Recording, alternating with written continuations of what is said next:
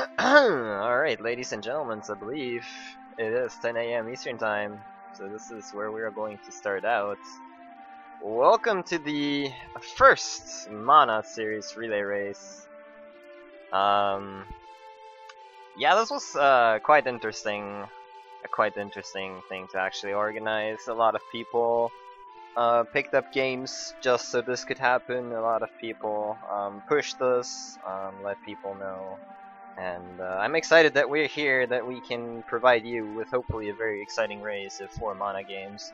So yeah, I'm going to give you a small little introduction of what's actually going to happen here. So yeah, let me get that rolling. Now I don't believe we have need for music anymore. Let's go. A short little thing before we start out here. There's basically, the rule is that there are no rules. No, that's not quite right. But we are going to be playing 4 mana games, like I said. The first one will be Final Fantasy Adventure, and we will go ahead and play the any percent warpless category, simply because if you use warps in that game, for a race, that is not very exciting. The game is a lot of RNG assets, as you will be seeing in a bit, and warps are sort of, they are execution based, but the final boss and things like that can be very RNG based. Also, the warpless run is a little bit longer, so you can enjoy the game a little more. Then we'll be having Secret of Mana, any percent 1 player 2 controller, the classic speedrunning category for that game. I think people are most familiar with that one, so I don't think that needs a lot of an introduction. 2 controllers basically allow you to use some glitches, well, exclusively, some more reliably. But yeah, we'll be hearing more about that when we get to that. Then we have Seiken Densetsu 3, any percent Archdemon story. Basically, Seiken Densetsu 3 has 3 storyline paths, and well, we'll be exploring the Archdemon storyline. What that entails, more to that when we get to the game. And as our closer, we have Legend of Mana, with any percent Dragon storyline, basically the same deal as SD3. There's more than 1 storyline, so we'll be seeing that. 4 teams, 16 runners. That's how we are going to do this. Yeah, they will be competing to see who can finish those 4 games back to back faster, so that is going to be very exciting. We are going to be linking, or I will be linking, a paste bin that will have a little more detail about the rules that some runners of the games made little arrangements so that the runs just don't fall out completely or die in a very bad place. So they'll contain a little more information about that. And yeah, with that, I think it is time to reveal the actual teams. Now let's see here. There we go. We got a little team overview right here. Team number 1 in the top left over here. We'll have team go go go go go go go go go go go go go go. I hope I didn't miscount. I think that was 1 too few, but it consists of our good friend Crow, who will start out with FFA. Also, a Secret of Mana runner. He runs 1 player, 1 controller though. Then we have Stinger PA for Secret of Mana, who basically vouched for the team name first. He basically wanted this team name ever since I opened signups for this, so yeah. Go figure that he's on the team. And we have 4 Seiken Densetsu 3 Feral Pigman, who exclusively learned the game for this relay, so good luck to him. And closing out with Legend of Mana, we have Phalanx1, who's mostly known for his Earthbound speedruns, but also does Secret of Mana glitchless. Alright, in the bottom left, we have the Ferocious Honkers. Yes, and they're going to be sending in Nera Soren as their FFA runner. Also started out with Final Fantasy X and does speedrun FF4. Then we have the good old Zenzer, who very recently picked up Secret of Mana, but also can already compete at a very high level in the game. Mostly known for his A Link to the Past runs and his Lufia 2. So yeah. Then we have Genya23, the OG Seiken Densetsu 3 runner, at least in the western parts of this world. He will be going in for SD3. And finishing off will be PX, who runs so many games I can't even list them all. It's unbelievable, but he likes anime, so there's that. He will be closing out with Legend of Mana. And the top right, we have the Empire Rabiters. Very, very dangerous little animals. Starting off in FFA with Bowie the Hero, who, well, basically got to be known for this, for Final Fantasy Adventure. Additionally, Shining Force 2 speedrunner. Then we have Incredible BB, who used to hold the world record in Secret of Mana before a certain someone that is coming up took it away from him. Very, very good speedrunner, also known for A Link to the Past. Then we have Voltus, mostly known for Secret of Evermore. He is going to be playing Second and Sensitive 3, exclusively learned for this relay. Thank you very much again for that. And closing out with Legend of Mana is the Sabin, who's an FF6 speedrunner, but recently picked up Legend of Mana. Alright, and with that last team, the Moogle Sentinels. Now, I want to see a couple of Moogle Sentinels in chat, please. We do have DL Darkling starting out here, who runs a variety of series games, actually. Like, he probably the most notably is FF1 on PSP that I remember from the top of my head. They are the Moogle Sentinels. Nice. Then we have the world record holder, Secret of Mana, Yagamoth, with a whooping 150 flat. Very nice time. He has been doing a lot of other games in the past. He's also capable of running Second and Sister 3. Recent pickup is Tales of Fantasia, so if you're interested in that, feel free to follow him. Oh my god. This guy, I can't even ban him. It's impossible. No! Anyways, then we have DMC Aether, who is currently the Western runner with the best time in Second and Sister 3. He'll be going in for that. He's recently working on Dragon Quest V on the SFC, and a different route we're actually going to take in Second and Sister 3 today, so if you're interested in that, you know where to go. And we have the world record holder in Legend of Mana to close out the team. We have good old Sir VG. Alright, just a little thing before we can get started, and then I will unmute my Skype call here with the runners in it. I want to quickly thank two people who helped me setting this up. I want to thank my good friend Moonis, who made me layouts and papers that I could use for this. If you want to follow Moonis, if you ask him, he's doing layouts for you.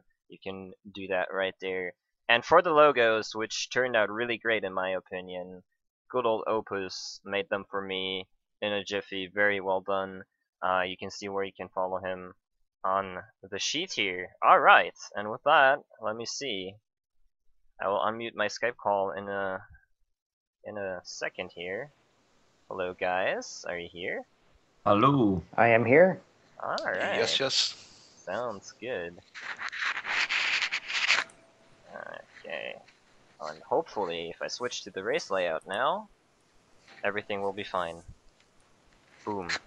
Haha! It worked! Okay, that was my... I was so worried about that. Alright. Sounds like you've got a lot of confidence in this.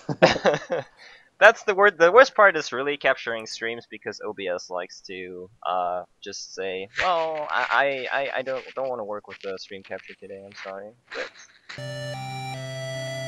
Alright, and we got game sound. Perfect! Alright, so we're going to be starting with Final Fantasy Adventure here. Runners, do you want to introduce yourself really quickly? Go on then. My name's Bowie the Hero. Hello. Okay. No manners. What? Sure. I am Crow. I'm Darklink. Hero Soran. Alright. And I'm Elmagus. I'll be hanging out during this game for commentary. And yeah, are you guys ready? Indeed. I think so. Yep. Alright, I'll be giving you a countdown then, and hopefully my timers will start. Alright, we're going in 5, 4, 3, 2, 1, go! Excellent. Great. Okay. Well, welcome to Final Fantasy Adventure, guys. This is the first game in the Mana series. Starts out with a quick boss fight as well, so just fight that jackal. It's a very, very simple fight, but doing it fast is quite fun. There's a little trick that you might see a lot of us do at the very beginning is after defeating him, we actually attack the fireballs that the boss leaves behind, because actually when you strike the fireballs, the damage goes over to the next boss fight that you fight, which is a nice little start to the run. That doesn't work for most bosses because it turns out that destroyable walls are programmed as though they were bosses. So if you have to use a Mattock on a wall, then the damage transfer gets interrupted. Indeed. Also, when you do any save resets, so it's usable here at the very start, and I think I sometimes use it in the Mana Fortress as well. I'm getting trolled heavily by the NPCs right now. Wow. So talking to NPCs in this game happens just by walking into them rather than like pressing a button like would make sense. So a lot of the times in this game, NPCs will walk next to you and you'll wind up talking to them without actually wanting to.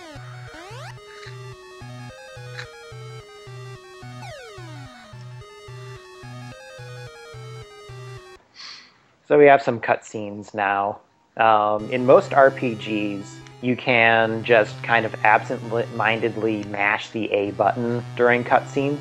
In this game, in order to make the text scroll quickly, you need to hold the A button. Then in order to go to the next text box, you have to let go and repress it. So you still need to focus even during the cutscenes. It's kind of important to remember exactly how much text is on every single screen. So the more you play it, I think like Crow and I pretty much know the script off by heart by now.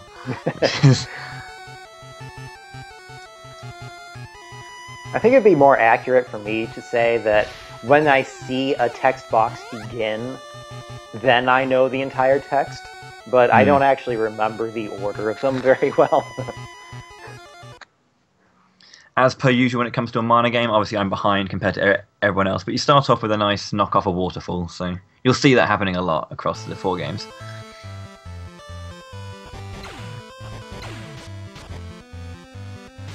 As soon as we reach the bottom, we begin a gold grind.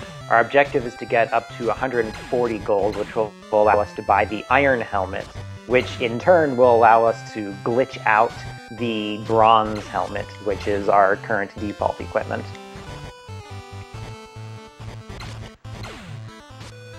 Yeah, we'll explain exactly how that works when we get to it. But basically it gives us a huge amount of defense at the very start of the game, so we can face tank a lot of the early part of the game, and it just makes the earlier splits really, really fast. You trade out some time at the very beginning, but you make up for it in the next few splits, or next few dungeons rather, because you have so much more defense, you don't have to worry as much about healing. One of the biggest things you'll have to know probably about my run versus the other 3 is that I'm doing a different build. Crow, Darklink and Niros are going to be running the wisdom route, so they're going to be using magic to attack, whereas I'm a physical fighter. So I'm going to be getting up close and personal, and hoping I don't die. Along those lines, whenever you level up, you get to pick what statistics you primarily gain at the level up. And we are, as magic players, we are going to be leveling up stamina instead of power in the early game. Stamina is the defensive stat. It gives you more defense power, and it also increases your max HP. And that is going to be relevant throughout the entire game, whereas if we were to primarily take power in the early game, then that would become completely irrelevant pretty much after we're done with Ket's Mansion, which is like the 25-minute mark or so. Also, you'll find out that we're not always killing every single monster on every screen, because if you leave one enemy alive, when you go back into the screen, it respawns all the enemies. If you take out every single enemy on a screen, you have to go 3 screens away in order for the enemies to respawn. So when we're doing this early grinding, we're always leaving an enemy, hopefully the one that gives you the least amount of gold, alive, and we're trying to leave via the nearest exit after we're killing all the enemies we finished. So there is a kind of like a routing as such, but it's all down to what the game gives you at the start of the game. So I'm starting the helmet glitch now. The way this works is I'm going to reload the game whenever a helmet is beyond the first empty inventory slot in my equipment inventory. So I'm going to save the game, reset with my bronze helmet in the second slot. The game needs to initialize the defense value of all of your pieces of equipment whenever it begins, but if it sees a blank inventory spot, then it thinks it's already done. So the bronze helmet's defense value never got initialized. So whenever I re-equipped it, it has a kind of arbitrarily selected value. I don't know why it is the number that it is, but it's approximately as strong as the silver helmet, which would not be available for a while yet. Yeah. So it gives us a defense value of 10, and it won't be overtaken until we get the gold helmet about 40 minutes in, 40-ish, 45 maybe. So it's really, really handy. By the time we get the gold armor, we're up to our normal defensive value, so from that point on, it's just business as usual. There are some nice, like, tiny little subtle things to the way that this game's played as well, like little tiny bits of tech in terms of the movement and the attacking. At least that I make more use of, because obviously I use my weapons a lot more as a way of fighting. Because you move in half tiles. Every time you press a button, you move in a half tile, but obviously you see every single frame of movement, so you can buffer in between those frames of movement your next action for the most part. So you can do things like the cool thing about the sword, I'll explain this, is that when you just press A to attack, you swing with the sword, but if you press forward and attack, you stab. But what you can do is you can obviously when you move, you'll be stabbing, but what you can find yourself doing is moving and slicing. It's what I like to call the stutter slice, by inputting the movement and then releasing and inputting an attack. And this kind of movement with the swing can be very, very handy, and it allows you to do things like reverse swings and stuff like that. So I've been walking in the waterfalls area, which has Rabites and imps as the enemies. If you don't have the glitched helmet, the imps totally wreck you. I will note that the current world record run for this game actually does not bother with the glitched helmet. For the magic-based route, it's a little bit slower to bother with the glitched helmet because you don't get as much total use out of it, since pretty soon in the future I'm going to be able to cure damage off pretty easily. But for the sake of marathon safety, whenever you're doing world record strats, or at least for the magic route,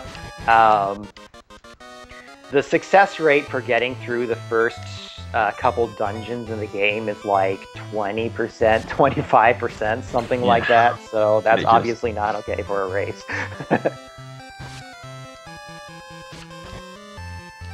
Yeah, I used to skip the helmet as well, and I'm looking into ways to like take it out again.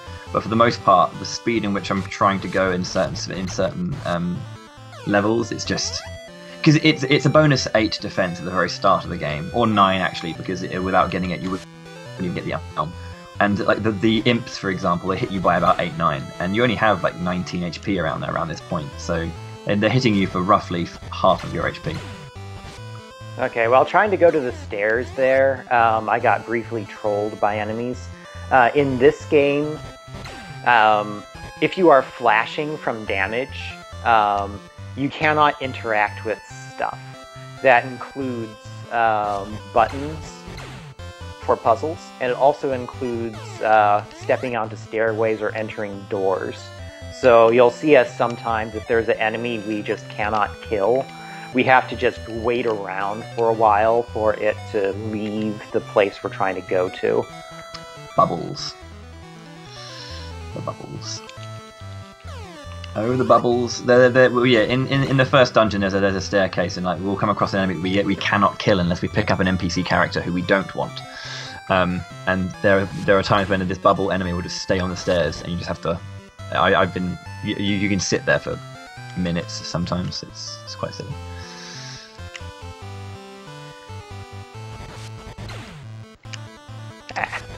Okay, so what's also really cool is I think we all have to pick up the axe. I think we all do, of course we do. Different weapons have different properties and ways that they interact with the environment as well. So axes can chop down trees, and we need to be able to chop down trees to do this, to do a later part in the game.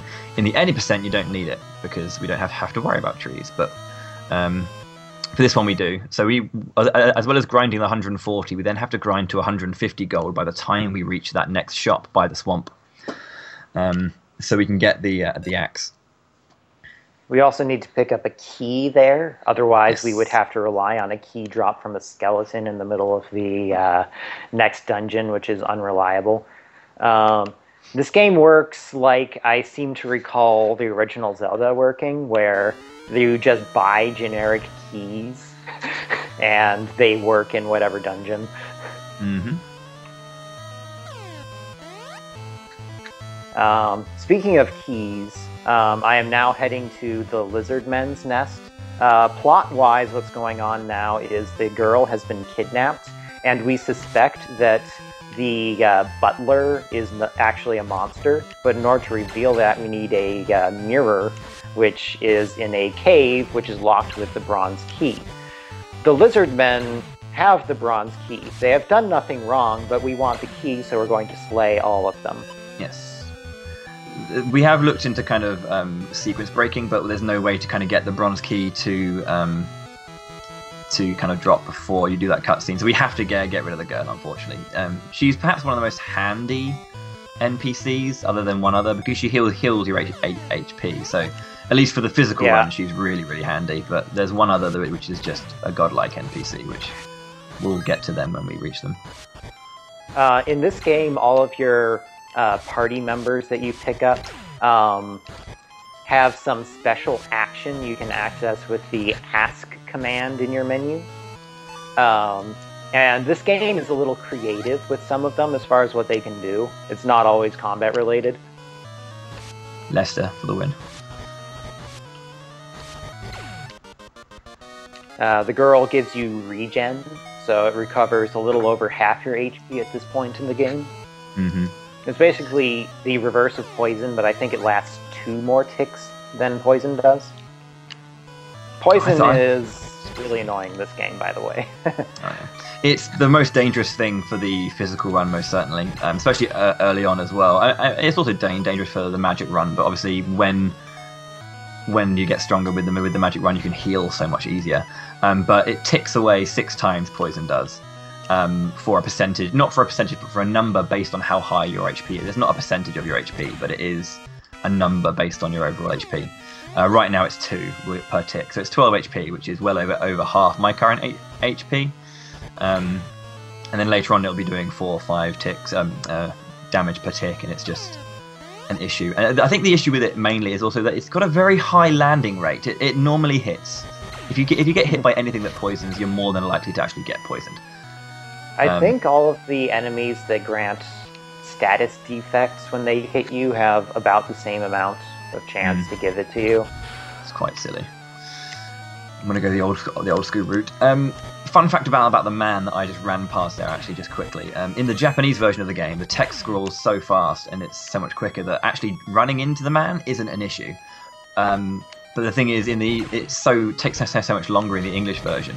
You have the cutscene there that you need to talk to him for him to join, but also when you complete the dungeon and you get the mirror, he then does some more talking to you, so it just adds like a bonus couple of cutscenes if you do talk to him. So in the Japanese run, it's not so much of an issue. You can just run into him and talk to him and whatever. But for the English version, you have to avoid him at all costs, really. Okay, I just got my Mattock drop. We have been killing the floating fish or land leech or whatever the heck they are enemies because we need an extra set of Mattocks in order to get through the next dungeon after this one. If we don't get a Mattock drop in this cave, we have to backtrack all the way to the shop where we got the battle axe, and that's like a 40-second time loss or something.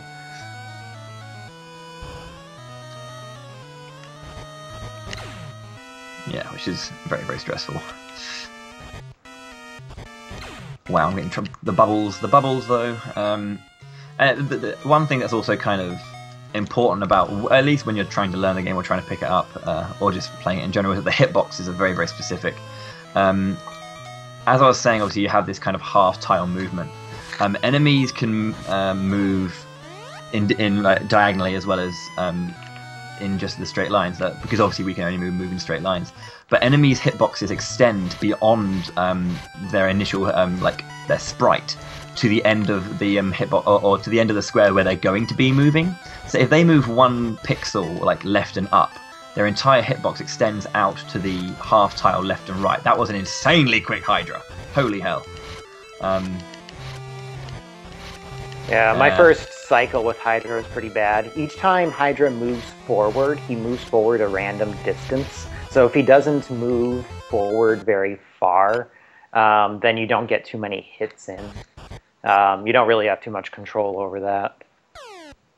What you can do is mash the attack button really quickly in order to take fewer hits, so you're interrupted from attacking less often. In this game, you get a certain amount of invincibility time after you take a hit, but that time gets extended for any period of time that you're taking an action, like casting a spell or using a weapon. One thing that I just quickly did, I'll try to showcase, but I screwed it up slightly. There's a nice little trick called the cure cancel. I was mentioning obviously earlier the half tile movement. If you move and then you can buffer your inputs. If you move into a door or a set of stairs, it does the whole woo woo kind of like scene transition. If you use cure whilst you're doing your half tile movement, when you land on that square, you'll do your heal and you'll get the effects of heal, but without having to watch the entirety of the stairs go round and the overall cutscene that is the cure command. So you can kind of do a much quicker heal and get on with it, which is quite nice. Yeah, we refer to that as cure cancel. So if we just randomly say that, that's what we mean. So at the end of the Hydra fight, we acquired the fire spell. So this is where the magic route is going to start taking off and slaying everything with fireballs. An important part of the magic route is that every time you level up, you regain all of your MP. So we use that in order to keep ourselves at low level, such that by the time we've spent all our MP killing enemies, we've already gotten another level, so we can just keep killing more enemies with more fireballs. Experience management is really important. Bubble, please move, thank you. Experience management is really, really important because you want to be leveling up at opportune times. Obviously, you want to have a certain actual numerical level to a certain point, but also at the point, the points at which you level up is just as important. So there'll be a time when I grind, and I grind to a certain level, and then I will grind a certain amount of enemies afterwards, and I will select the enemies that I want to kill because I want to have a level up at a certain point, so I don't have to worry about my HP values going into a certain section. I'm gonna do another cure cancel here as well. So I just stepped over some spikes. Spikes deal a flat amount of damage. It does not matter how much defense power you have. It's just your level times some number is how much damage you take.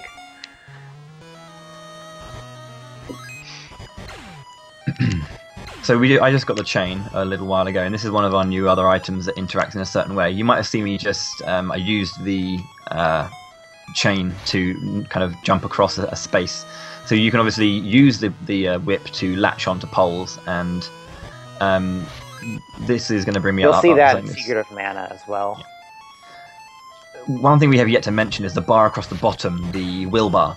This is very, very important for certain aspects of the run, and certainly one of the speed bits. I just got a crystal, brilliant. The will bar on the bottom is not only a damage multiplier, so the higher it is, the more damage you do. At the end of it, you'll do, when it's maximum, you'll do, like, with the weapons, you'll do special things. So with a sword, you can either like fly across the screen with a sword, but the whip or the chain goes 1 square further. So instead of going 3 spaces, it'll go 4. Some poles in the game are 4 spaces away, so we need to have a full will bar to get across. I just picked up a crystal, and that instantly increases the will bar to maximum. which will mean that instead of having to wait for the will bar to increase, I can just instantly get a maximum bar and then continue the run. So getting a couple of crystals is quite good. Early on in the game, you can see the will bar fills really slowly. You definitely don't want to have to wait around for the first time that they require you to fill the will bar. You would have to wait the whole time just because you had to swing the axe a little bit earlier. So yeah, yeah, it's definitely slower. I think there are 3 that we definitely or would like crystals for. There are 3 particular ones. There are some towards late game that are just really quick, and we can route in the dungeon so that we have a full will bar by the time we get to it anyway. But for the first 3, you genuinely have to wait them out, which is really stressful. One difference between the magic and physical routes here. Those of us that are slinging fireballs are killing the zombies. This accomplishes 2 things. First of all, zombies just drop a lot of experience, but they also drop either ethers or wisdom crystals.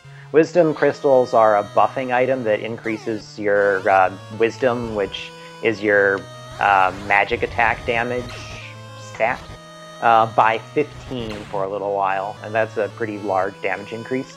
The ether is, as is normal in RPGs, your MP restoring item, and that's a lot of safety. In the magic route, if you're out of MP, you're in a lot of trouble because we don't actually have physical damage enough to kill almost anything once you get further on into the game. Yeah. So obviously I just slayed a vampire with a whip. Castlevania much. And I got the Slep spell, which for the warps category is very handy, but we don't really use it as much. Although I should probably think about using it, but it just wastes a lot of MP. It's handy against the springs, but that's pretty much it. Oh yeah, the springs do fall asleep to it, that's true. Oh, I always wondered if wisdom actually affected the effectiveness of magic like that. But I don't actually know. Crow. I use sleep and mute so rarely that I really don't know. Oh hey, extra crystal. So, the early part of the game is one of the advantages that the physical route has. Since we don't really have that much MP yet, we still need to do a fair amount of work using just the physical attacks. So the physical build has already been building strength, so Bowie's attacks are just dealing more damage than ours. Get another quick cure cancel there. I almost died. the bees got me. Okay. The bees said Oh hello. yeah, bees are jerks.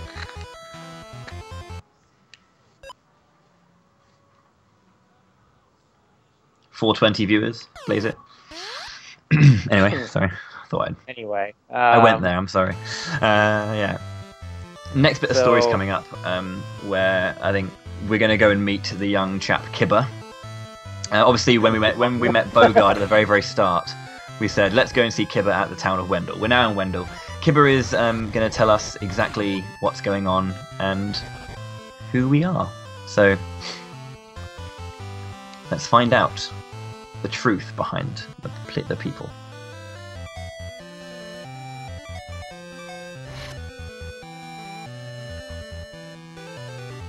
So this person is Elmag's mother. The members of the Mana family. Ooh. Oh, right. You named your girl Elmag. I did, yeah. Her actual name is Fuji. The character's name is Sumo and Fuji are their actual Japanese names. And it's mentioned there that Fuji is the member of the Mana family, the seeds of the Mana tree. And there'll be a nice little thing about that later on. Oh no, my Game Boy is on red battery. I just put in brand new batteries, what the hell? Did you not switch your batteries right before? I did. I got new ones. Okay. That's why I'm very, very scared. I have two next to me, just in case.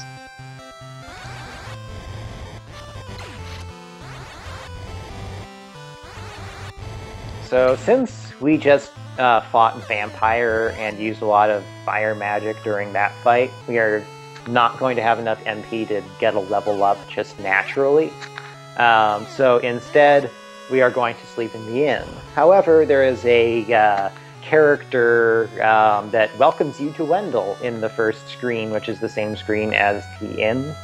And unlike most NPCs in this game, he spawns at a fixed place, which happens to be exactly the wrong place if you're trying to go from the inn to the palace. So we don't. Instead, we wait until that NPC dies. I'm guessing that Bowie has probably already passed this cutscene, so you may have noticed there was a body lying on the ground as he was exiting the temple. This game is rather morbid. It is very consistent about who dies, even among unnamed NPCs. The person that is dead there is the Welcome to Wendell guy.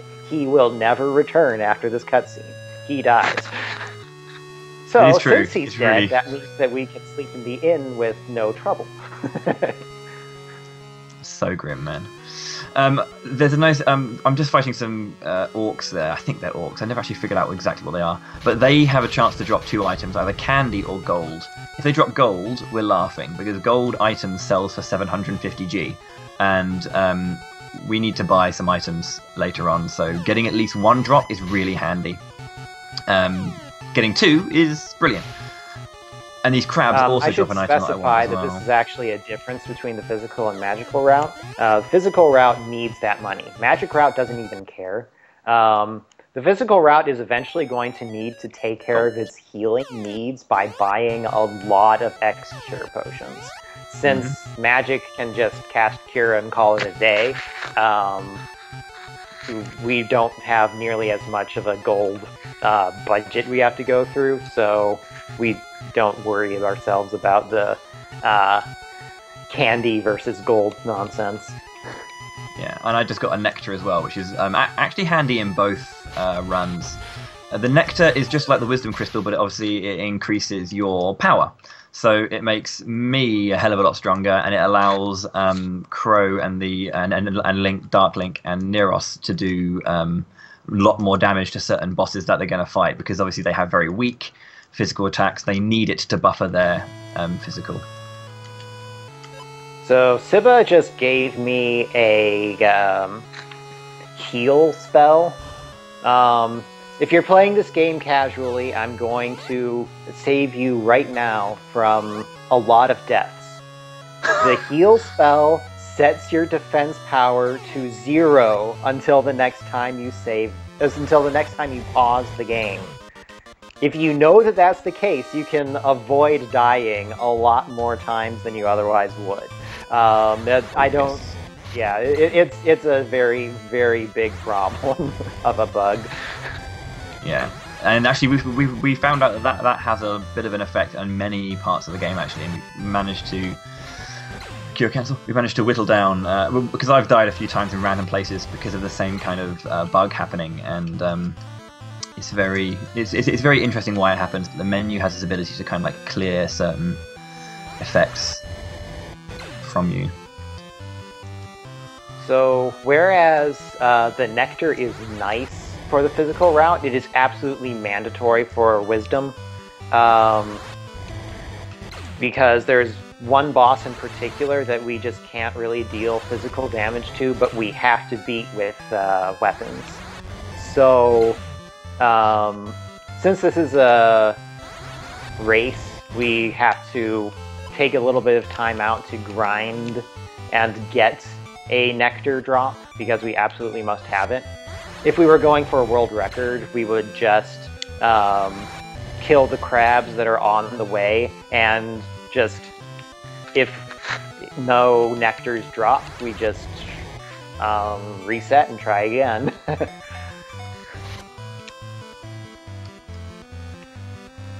As it turns out, it looks like I'm getting 2 nectar drops, so that's good. There are 2 fights that we have to use physical attacks on. One of them, the nectar, is absolutely mandatory. The other one, it's just kind of nice.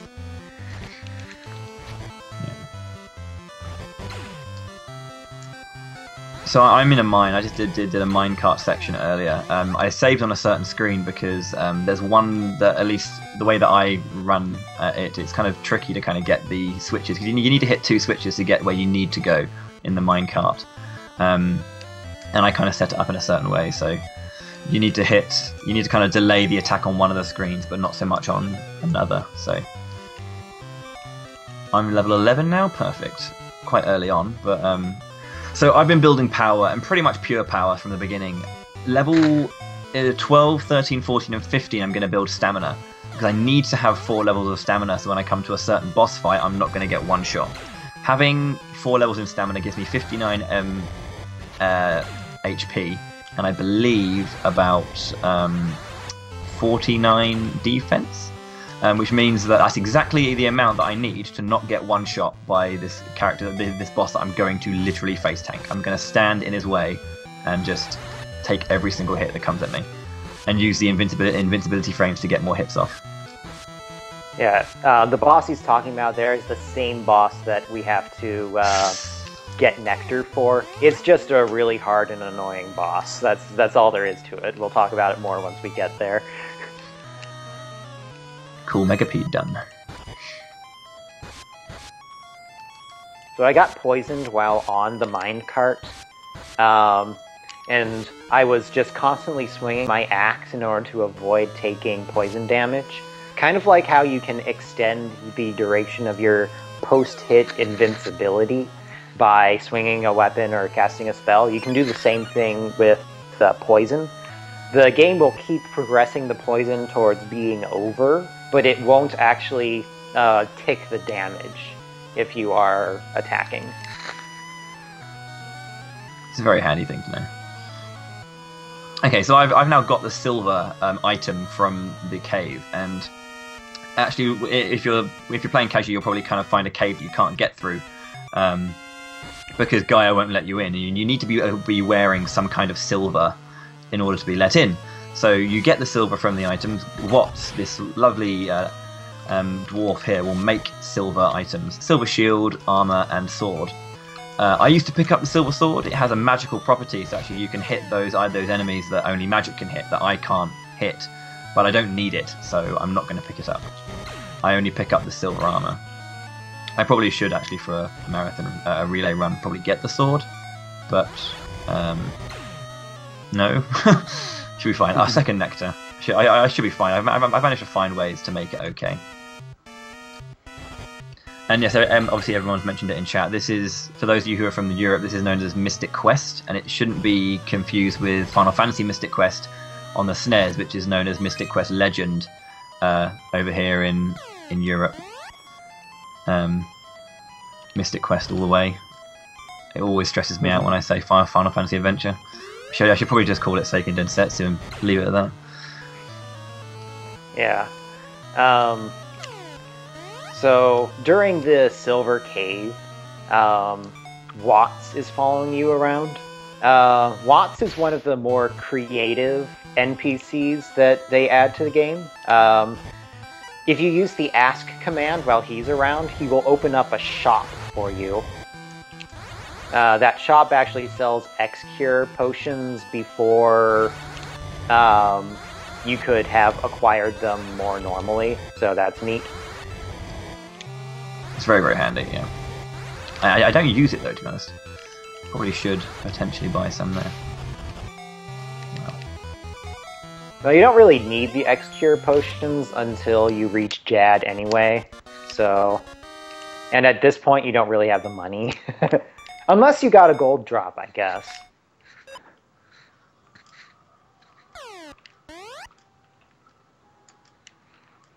Okay, cool. So I've grinded to level 13, and then I did one extra screen, just in case. Now I'm level 13, I'm going to get on with it. So I mentioned earlier, or Crow and I mentioned earlier in the run, that we need crystals to kind of get across, and this is the first time that we're going to use it. So I'll be coming up here to a pole which is 4 spaces away, and I need to have a maximum will bar. But before we get there are these 3 trees, so I have to waste any that I build up in before to get there. The clouds have spawned and they're in my way. There we go. So obviously I can wait for it, or I can just use a crystal and bosh it straight up to maximum. There we go. Across.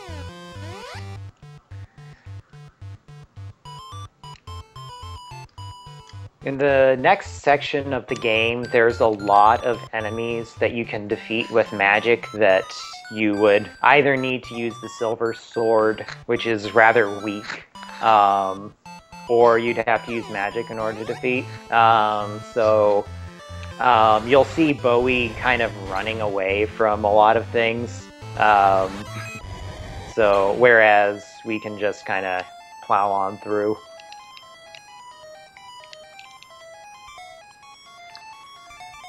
Okay, airship time. I'm going to save here actually, just because safety. Yeah, the eyes sometimes can spawn camp you and turn you into a Moogle immediately upon entering the screen. Yeah, so enemies can spawn and move to any space on the on a screen. They cannot spawn in the doors, but after they spawn, they can walk into the doors where you are. So it's very possible that you can literally be safe in a door and die. Or an enemy can spawn in front of the door. So if you're sitting, a lot of things that kind of help can make your runs much more consistent is every time you go into a screen is waiting a beat when you go in just to see the layout of the enemies and then move. Because if you just hold left or something and go into a room and then a Shadow Zero is just waiting for you, you'll probably die. Yeah. Shadow Zeros. You'll see them once we reach the Medusa Cave, and they're pretty much all we talk about in the Medusa Cave. Oh god, yeah. They are much more dangerous than Medusa herself. Oh yes. It's the last dungeon we have before we get an armor upgrade. So we have to deal with a lot of potential of dying. Okay.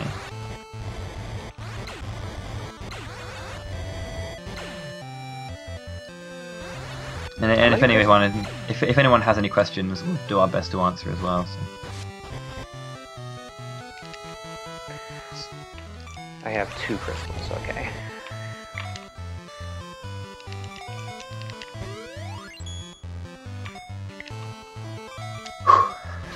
Okay, getting a little bit nervous now. Because this is when it starts to get very, very tough for physical.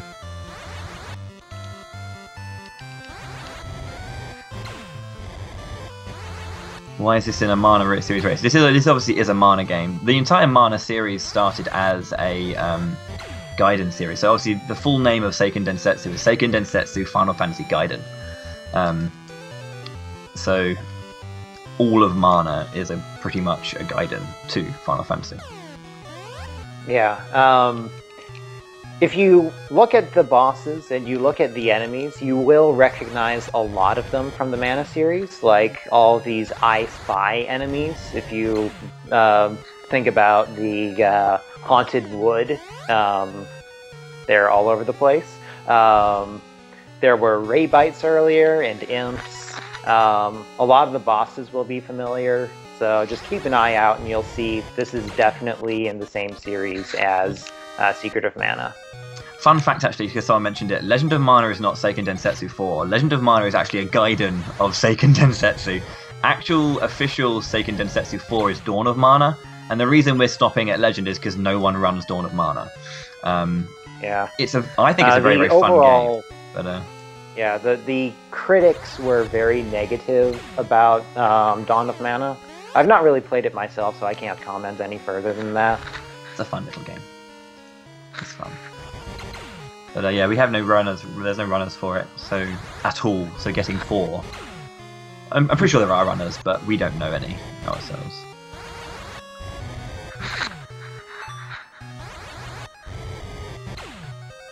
This game is a little weird about enemies spawning after stairways.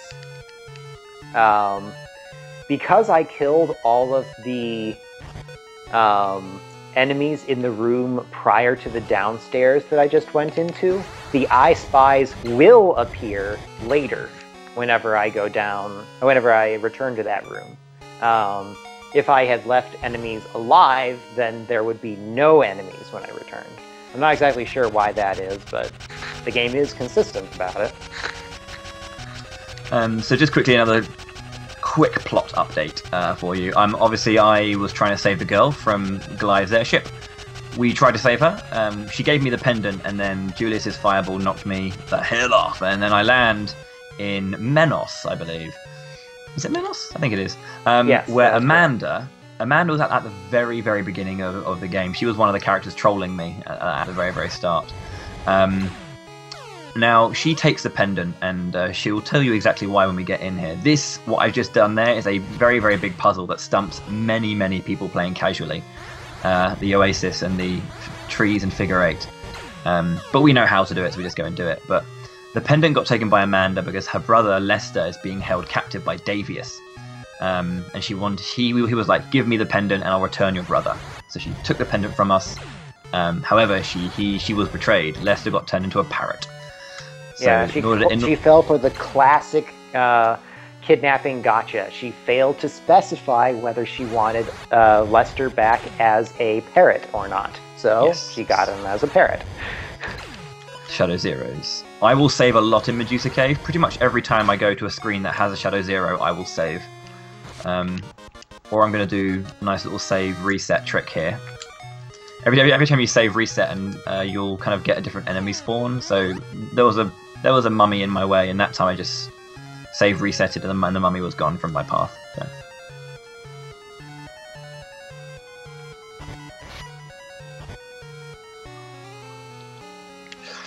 This is a horrible room, but I'll try it. Okay, got away with it. Got away with it? Got away with it. Good. Sometimes the Shadow Zeros can be nice, but that's a big sometimes.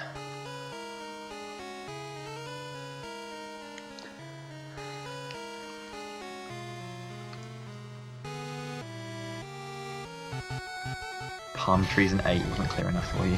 Nah, of course it's clear. But everyone always tries to find rooms that have 8 palm trees, which is obviously the way you go, but you want to walk the figure of 8 through the palm trees in a certain direction. You can't go in certain directions. You have to go very specifically. You can't go down the middle. You have to go up the middle segment when you're doing it. Yeah, they are particular about how you draw the 8. We want our 8 to be drawn. Yeah. Practically speaking, the most likely way that you'll figure out that the room that you're in is the correct room is because as you walk across some of the tiles, the game will lag for a bit as it's processing an event because you're pressing invisible buttons. If you see that that's going on, you might figure out, oh, actually this is a puzzle of some kind. This must be related to that 8 thing we were hearing about. It's quite far-fetched. That is the closest you're going to get to a reasonable solution other than look it up. Yes. Oh, fantastic. My snowman didn't... So there's a strange issue with some of the puzzles in this game is that you need to push snowmen onto these puzzles, but sometimes when you push the snowman onto the button that you need to press, the stairs or the door doesn't open. I don't know why it sometimes happens and sometimes doesn't, but it does that. I had to just reset there because for some reason my snowman didn't work. And that's not a euphemism of some kind, I don't know. Yeah, there are a bunch of ice rooms in this game, that's what we call them. They are puzzles where you need to turn enemies into snowmen using the ice spell, and then push the snowmen in a particular place. Those rooms are just the most frustrating rooms in the game very consistently. The first one that Bowie just went through, is usually not that big of a deal, but even it can sometimes wind up being a serious issue. Now, I used to use Nectar on this fight because the reason you may hear this noise is like the beeping noise, as if I can't hit Medusa. It's because her skirt has a very, very high defensive value than her head. So if you hit her head, you do loads of damage. If you hit her skirt, you don't do anything. It's got a much higher defense value. I once used a Nectar, and it put my attack power so high that I did 1 damage to Medusa's skirt, but then I missed her head. So actually using a Nectar for me in this point is completely pointless. It actually makes the fight harder. so I don't use nectars there anymore. After fighting her for 3 minutes, I was like, why is she not dead?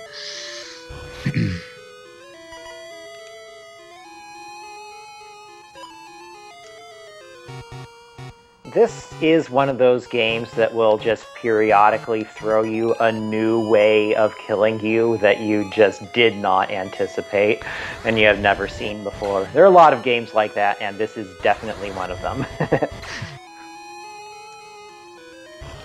So, horrible little spoiler for those of you who are paying attention to the other three that I just got there. Amanda gets bitten by Medusa during the fight. It's not really shown, but it happens. And because of that, the whole one who is bitten by Medusa turns to Medusa. So we didn't get any tears from Medusa herself, but Amanda, in her bitten state, in her saddened state, cries, and we slay her ourselves. And we get a tear from Amanda. Medusa, Amanda. As usual, this game is very morbid. The survival rate of named characters is pretty low. Yeah. Oh god, it's true. It really is true. God. Yeah, and as Magus just mentioned in chat, actually, yes, when you slay the Amanda Medusa afterwards, she gives 1 experience, I think, or 2. 2. But you can level up on Amanda by slaying Amanda, which is, I think, the best level up in the game. It has emotional impact. Your character has gained significant experience in what battle is about. Yeah. Okay, I'm gonna sell a bunch of I don't know why that items. makes your character stronger, but whatever. Maybe put that level into will. I wish I got the level up, but I didn't. Yeah, a couple of my fireballs have hit Medusa's skirt. Fire is actually so strong, for me at least, that I can deal damage to Medusa through her skirt, but it's really not that much. So I definitely want to hit her head anytime I can.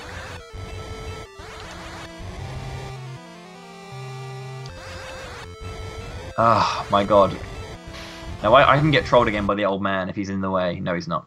Oh no. Okay. I didn't. Although I did leave the shop and the man was right in front of me to the left, so I had to talk to him about some fang. So that's the thing.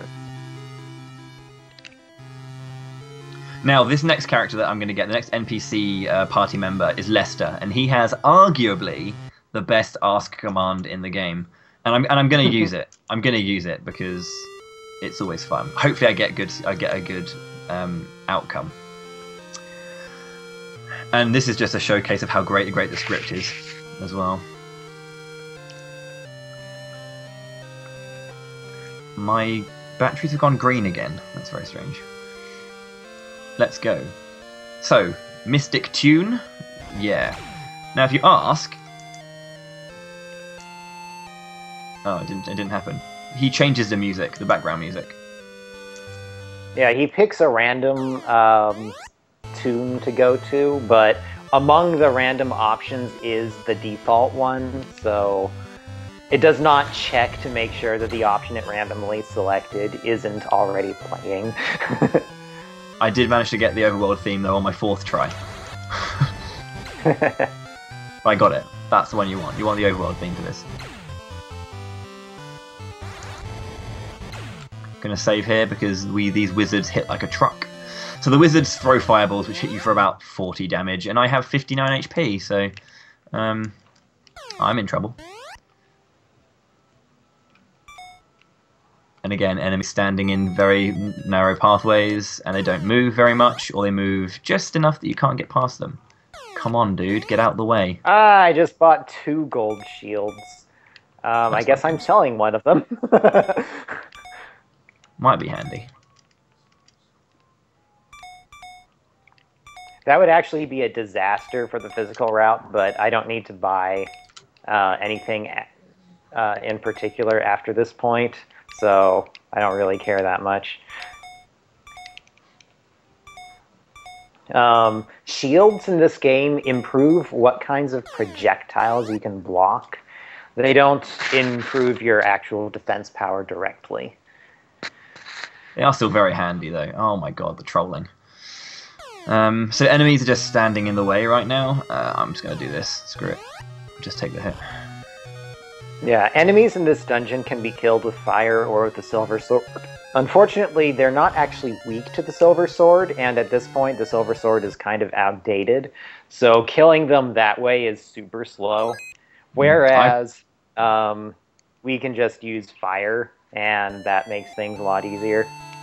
I pretty much just skip every single enemy in this dungeon.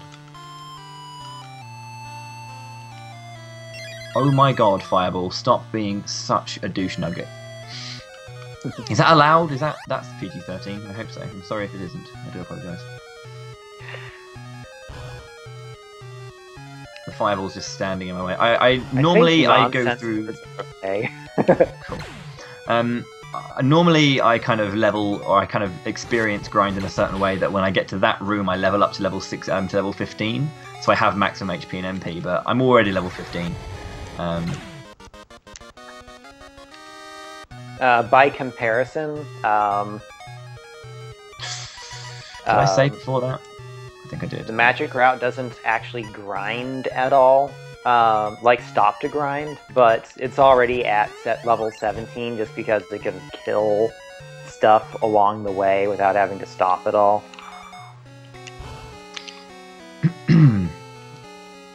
Wow. Wow, game. Wow. Actually, wow. So, Davius's mansion has Davius as the final boss for it, obviously. First of all, Davius has awesome fight music, so listen for that. But it's also a very annoying fight. It has a bunch of fireballs that rotate around him, and those fireballs block spells. Our fireballs would lock on to those instead of actually hitting Davius, so that doesn't work at all. So that's why I need to have Nectar in order to kill him.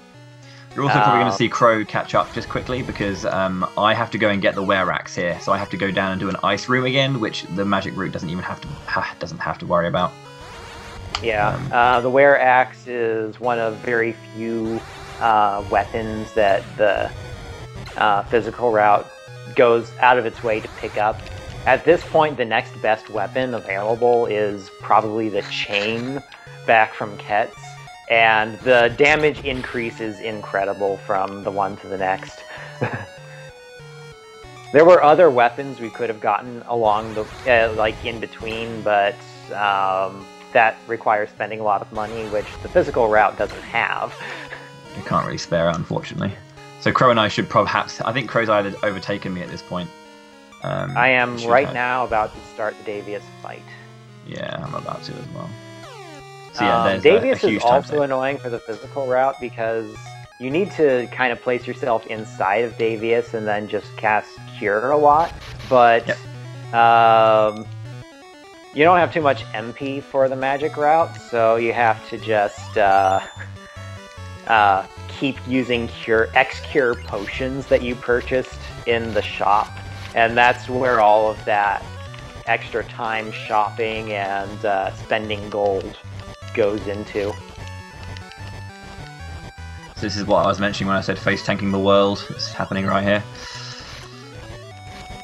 Wow, I've gotten really good timing with my button mashing. I only had to cure twice during the fight. Yeah, once I got in position. That's pretty good. That's a good Davius fight as well on my end. I'm happy with that one.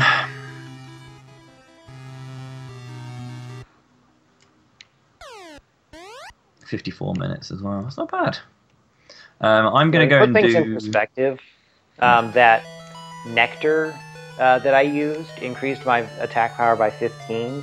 If I didn't have it, I would be dealing 4 damage to Davius with each attack. With it, I deal 19. So that's why it's absolutely mandatory. I've only got 2 cures. I'm going to go and buy some more X cures just because it will make the next part of this game. This is where I kind of don't want to use too many healing items in the Davius manner, because the next long stretch is going to be a while before I get any more healing. So I'm going to buy a ton. Well, okay, I only really buy 2 more, unfortunately, but Let's get some more keys just to be safe, and one more Mattock just to be safe.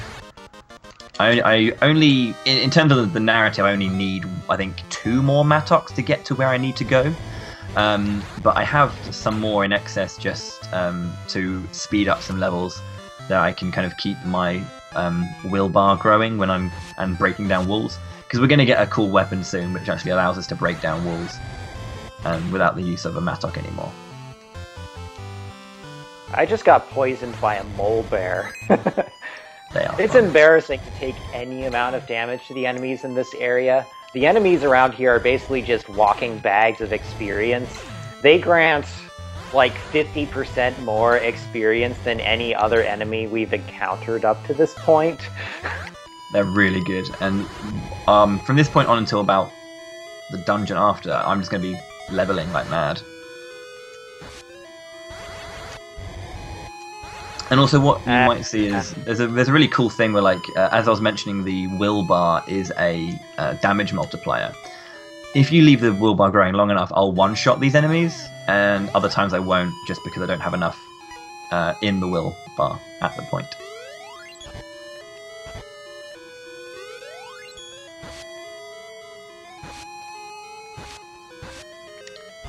The next boss is Metal Crab. Only its face is vulnerable, so I'm going to be letting my will bar charge up before each shot.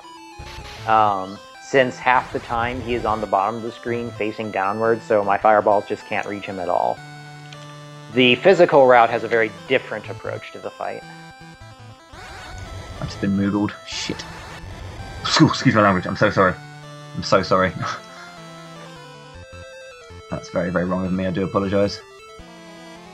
Oh, did you get moogled by one of the wizards? Yeah, no, the eyes. Oh, right, there is one screen with those. Just before Metal Crab. So he's called Full Metal Hagger in Seiken Densetsu 3. But he's got a much better name, much more simple in this one. Metal Crab. Well, this Metal Crab fight has been atrocious for me. I wound up having to cure in the middle, which threw off my timings on getting full will bar hits. Plus I missed a shot. That's always helpful.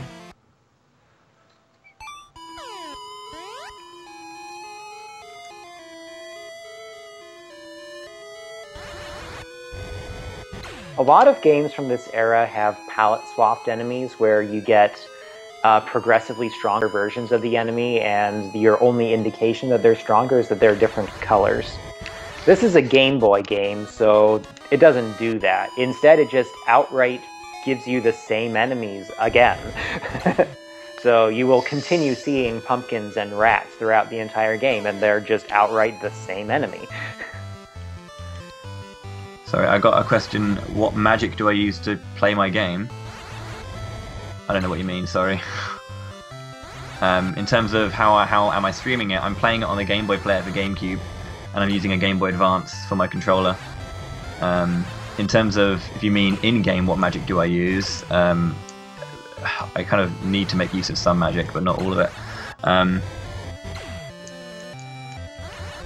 Okay, I leveled Wisdom in the previous level just to give me 8 MP, and also a little bit more healing from my cure, which actually, just that one level up makes the entire run so much easier, and actually faster, because I don't have to be as scared of everything, because I can heal that one more time, and it over the course of the heals that I would do, I get a lot more HP back, which is very handy. Speaking of level up changes, I'm now leveling up Will instead of Wisdom. Will increases the rate that the bar at the bottom of the screen fills up. For spells, a full will bar equates to quadrupled damage, which is a huge deal. For physical, it's only ×2. Yeah. Plus, whenever you level up Will, you still get a little bit of Wisdom alongside it, which also makes it easier to justify getting for the magic route. Hmm. So springs are a real issue for literally everyone in the game. They're the most annoying enemy, I think, in the entire game. They have the ability to Moogle when they hit like 17 car pile-ups. It's just, they're dangerous. They're dangerous enemies. If you don't have the glitched helmet, then imps are more dangerous, but yeah, they are pretty bad. I've just been Moogled. The Moogle Sentinels are getting in my head.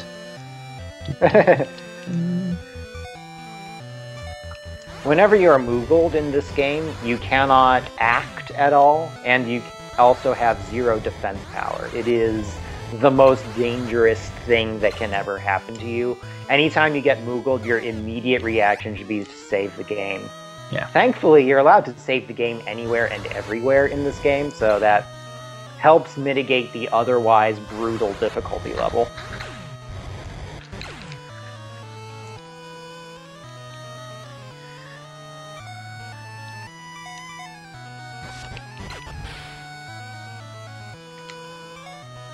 Okay, so this dungeon is a bit of a maze. If ever you go the wrong way, wow, I just got trolled. If ever you go the wrong way, the maze sends you back to the very start. See, it's kind of like a trial and error kind of thing, where you have to make your way through the dungeon and find the right way. And the wall that I'm about to hit, that I believe Crow has already hit, is the last time we actually need a mattock to get through, because we're soon going to get a weapon that will break down walls as well.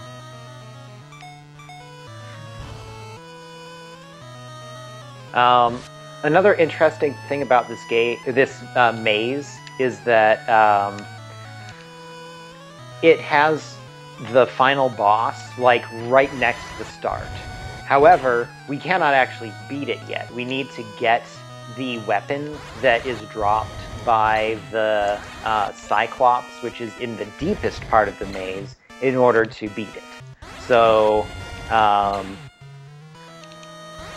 it's kind of Zelda-like in that regard. This is probably the most Zelda-like dungeon in the game. Yeah. I mean, you can because the Morning Star has the same property as the mattock. You can actually defeat the golem with mattocks, but that takes a long time. Can you actually have enough mattocks in storage at once to do that?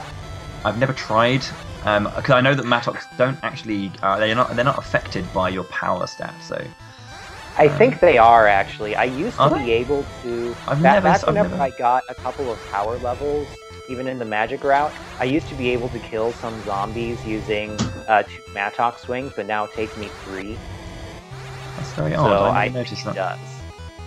Because I never noticed the difference between like my leveling and being able to kill the zombies with it. I would have thought, and unless the zombies have a lot more HP than I remembered. So this Cyclops here is a very, very fun fight, I think. This is where I use my nectar, because his feet have a lot more defense than the rest of his body, but hitting the rest of his body is kind of dangerous, particularly if you're not using a projectile. I've worked out a strategy where I can pretty safely do that. It is rather execution tight, though. You get one shot by the Cyclops if you let him hit you. So, yeah. At any point. I think that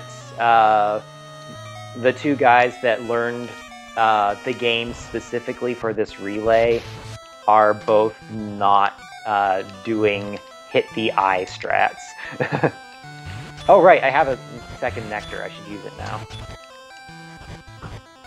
Actually, I've got a second nectar. I'm wondering if I'm going to use it. I'm not sure if I'm going to use it for the golem or not. Really, game? Really? It's very risky using the heal spell to heal any status ailment. So, I mean, I tend to just throw around the Morning Star and just wait. Yeah, for anyone who wasn't around in the Wendell area where we described what's wrong with the heal spell, whenever you cast heal, your defense power gets set to 0 for a while. Basically, it's until you pause the game. But that includes while you're casting the spell. So you need to be really careful about it. if you take a hit while you're casting heal and you don't still have invincibility from having taken a hit, then you can just die. Also, you are not allowed to cast heal while you are Moogled, so that won't cure the Moogle status for you. Which is particularly interesting because there is a Moogle potion in the game whose function is to cure the Moogle status. The instruction manual even claims that it does, but it actually doesn't because while you're Moogled, you're not allowed to use it. Yeah, you can't do anything whilst you're Moogled, which is quite ironic.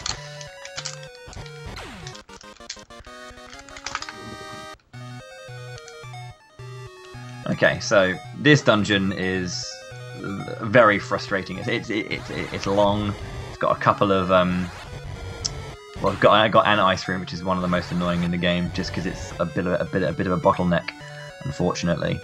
And I need to get up to 6,300 gold. Again, the magic route doesn't need to do this, but I do because I've got to get a weapon in the next village. What I'll probably do is... In the next village, we are going to be getting a piece of armor, but it doesn't cost quite as much as the chain does. Plus, we didn't spend as much money prior to heading out this way. Yeah, you already have 4,000. I've got 2,000 right now. This is why getting 2 bags of gold is wonderful. Having more gold earlier on is always fun. But what I can do, the wear axe sells for the same amount as a gold bag, so I'll probably, instead of getting loads of experience and money here, I'll probably just sell the wear axe. I'll get up to about 5,600 and then sell the wear axe. Yeah. I tried to kill a Dark Knight while I was climbing the vine, but they have a directional shield that if my fireball comes in from that direction, it gets negated. From the sound of your breathing, I think you're fighting Chimera right now. No, I just got Moogled. Just as bad, really. Okay. So I used a Wisdom Crystal, which I was lucky enough to pick up in the Golem Cave at the start of the Chimera fight here. If Chimera chooses to dive downward, he will hit me once. There's basically no way to avoid that happening. So I need to be ready to cure. I've gotten pretty lucky. He only dived once, so that's excellent. Usually there's a lot more of that nonsense going on. Yeah, I think I'm going to get a 1 dive. I've got a 2 dive. I The got hit by the reward second. for killing... Sorry, go ahead. The reward for killing Golem is the Lit spell. In most games, as soon as you get a new toy, the game presents you with the case and point best example for why you would want to use it. Not this game. Lit actually doesn't work against Chimera at all, so it will have to wait a little bit longer before its time to shine arrives. Yeah, when is that? Isn't it? If light is the next time. No. It's what we use against Dark Lord. Oh, of course, yes, the Dark Lord strat. I do like the Dark Lord fight. It's really interesting for... I mean, I just face tank the fight with this one. I don't think... Yeah, Davius and Dark Lord are the two most kind of like just fights for the physical. For the magical fight, for the magical route, the Dark Lord fight is really interesting. Trying to like manipulate and kind of get like always trying to find the right spacing in order to use your... I need to save just in case. To use your magic is very important. Do you still do the? Do you still sometimes do the bit when you kind of like get yourself stuck in the top, or do you move a lot more now? Yeah, that's the ideal strategy. It doesn't always happen, but that's always what I'm planning to do. I'm going into the chain posts and pit room pretty low on MP, so I'm not very happy about that.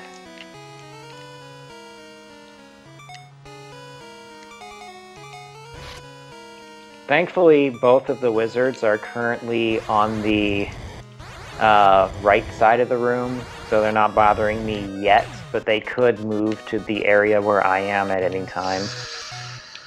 Okay, that's close.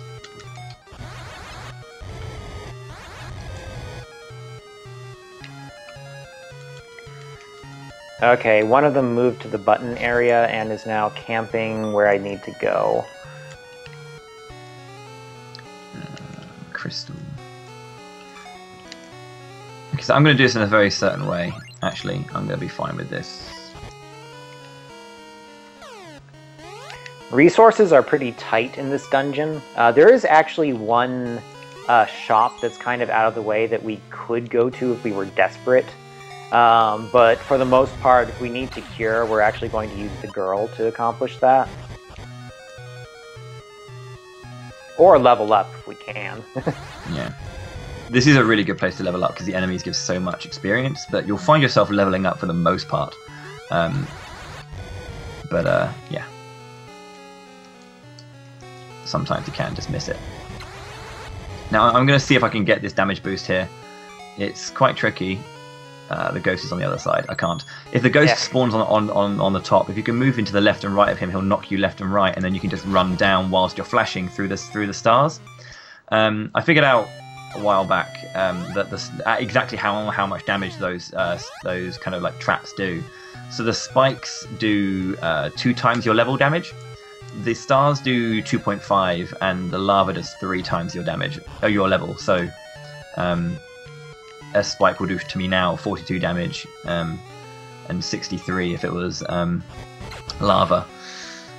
Actually, funnily enough, the reason we also get stamina is because if we don't get enough stamina, we won't have enough HP to survive lava at one point, because you haven't got, I mean, I think when we get to the undersea volcano, you haven't got enough HP to survive a lava shot because your level is so high and your HP is so low that you don't have enough HP to survive the lava, which is just silly.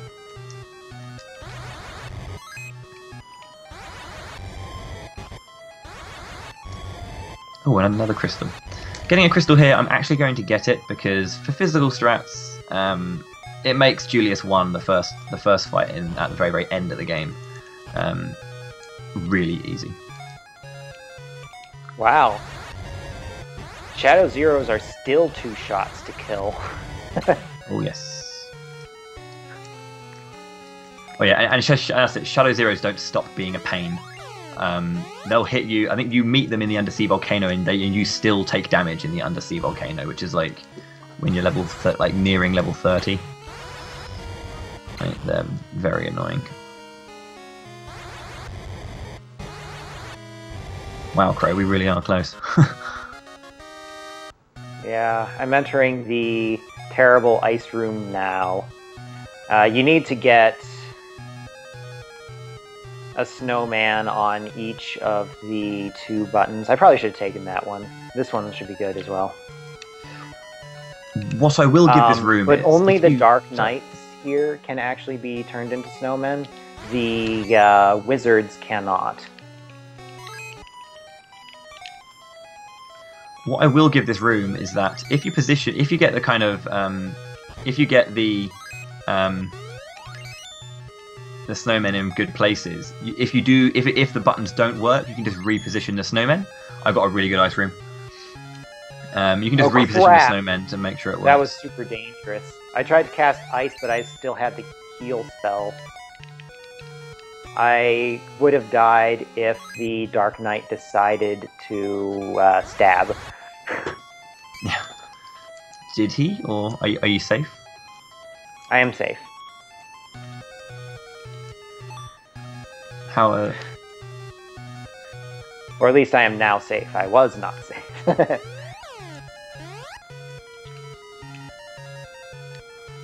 Okay. Get ready for, I mean, Davius has amazing music. Dark Lord has the same music, so get ready for Final Fantasy Adventures music Craigasm. I know there's a lot more to come throughout the course of the day, but please prepare your music Craigasms, friends, because it's time.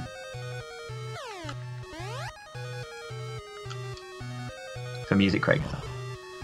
Okay, so the physical approach to the fight is pretty much just attack constantly and heal. The magical one I need to get my lit spells around his shield. He has a directional shield just like the Dark Knights inside the castle. My approach to that is to face away from him and let him charge into me. The lit spell is so gigantic that the game considers the attack as having hit him from behind. Okay, hopefully he'll ram into me again. He might just get stuck. Yeah, he got stuck. This is okay too. It just means I'm going to have to stab him from the back rather than doing what I normally do.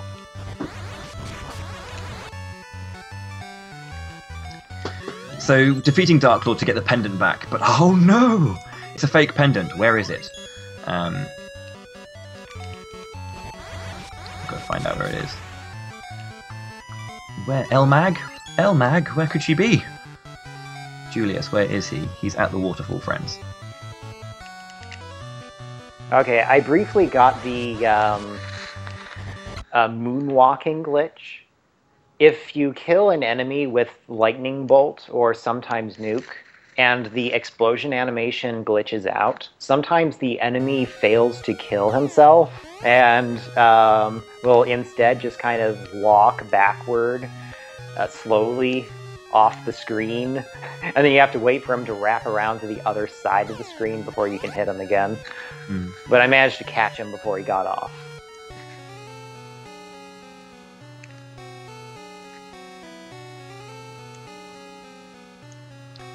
So this cutscene is actually, it's very long first of all. We've got a while until we get some more action going, about 3 or 4 minutes.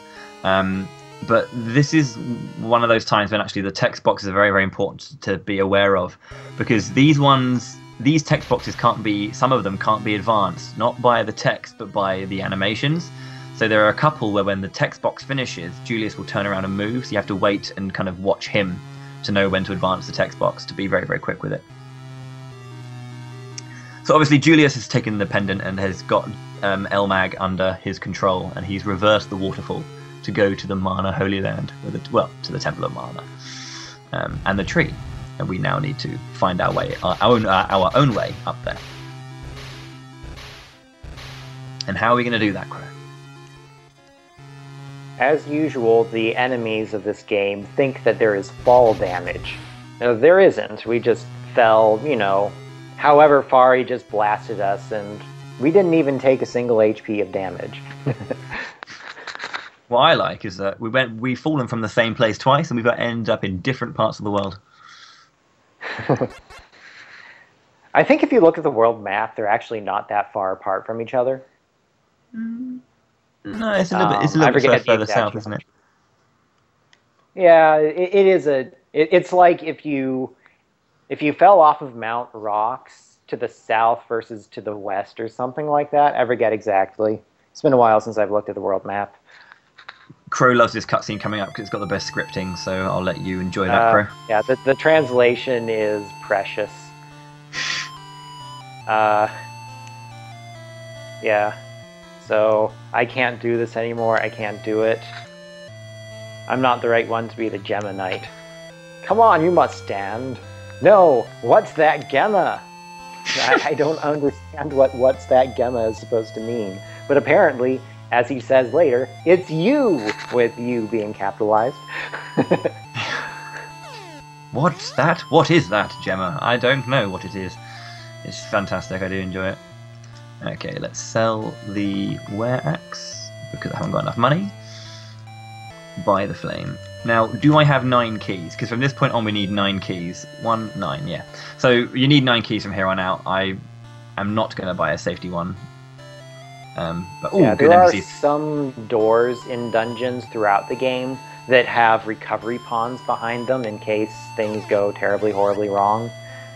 If you don't need any of them, then you can buy 1 fewer packs of keys, and that'll get you through.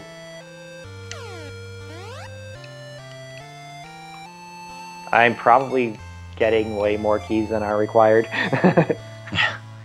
It's always just safety, isn't it? 9 is precise. Mainly, I 9 just is don't want to exact go to keys. my inventory to check how many keys I actually have. I should have checked during the Dark Lord fight whenever I used a crystal, but oh well. one thing that's important to know about Ish as well is that we were saying earlier, the NPCs, you talk to them by walking into them. Ish is one massive bottleneck, and the characters in Ish talk for the longest time. They have either about 3 or 5 Yeah. boxes. So you want to be really careful in Ish. This is why you're actually allowed to attack the NPCs. You actually can kill them if you attack them a lot enough, but they have a lot of HP. Yeah, boss level HP. Yeah. But so I just kind of throw around the mace, and they're kind of getting knocked about the city. Yeah, I actually did a screen transition to the south while I was trying to go west just to dodge some of the NPCs because they were in the way. I got clipped by the girl. At least the girl only has 2 text boxes. Yeah. Even playing the game casually, you eventually get very frustrated, particularly in Ish, because you probably will need to go to Ish to restock supplies at some point, and it's really hard to avoid the NPCs there. Okay, so I'm going to do a safety save here on the snowfield, because Crow and I are theorizing exactly why we sometimes get one shot here. We think that the Chocobo is kind of like a status effect, and when we're on the Chocobo, we don't have any defense stat. And because when I go to the snowfield, I don't actually get off the Chocobo myself. I run onto a spot where a cutscene takes over and does it for me. That when you come off, your defense is still 0. So I've been one shot in the snowfield before. So I think we've all agreed to save at the snowfield after that cutscene just to make sure. Yeah. A little plot update, since a bunch of stuff happened that we actually skipped. Sorry.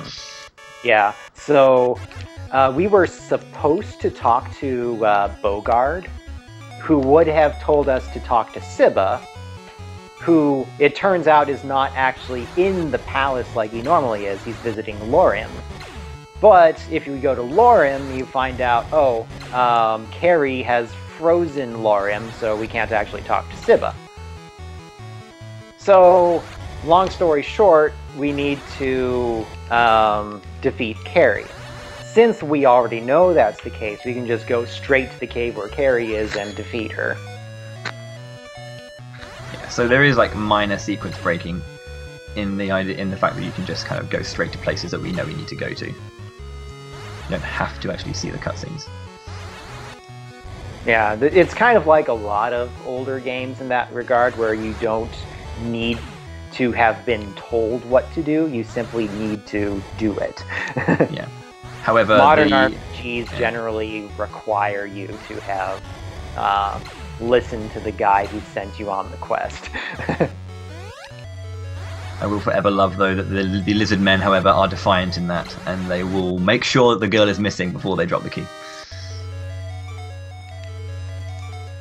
It would actually be a serious problem if they didn't check for that, because then you could enter the cave and recruit the guy while the girl's still in your party, and the game does not like it whenever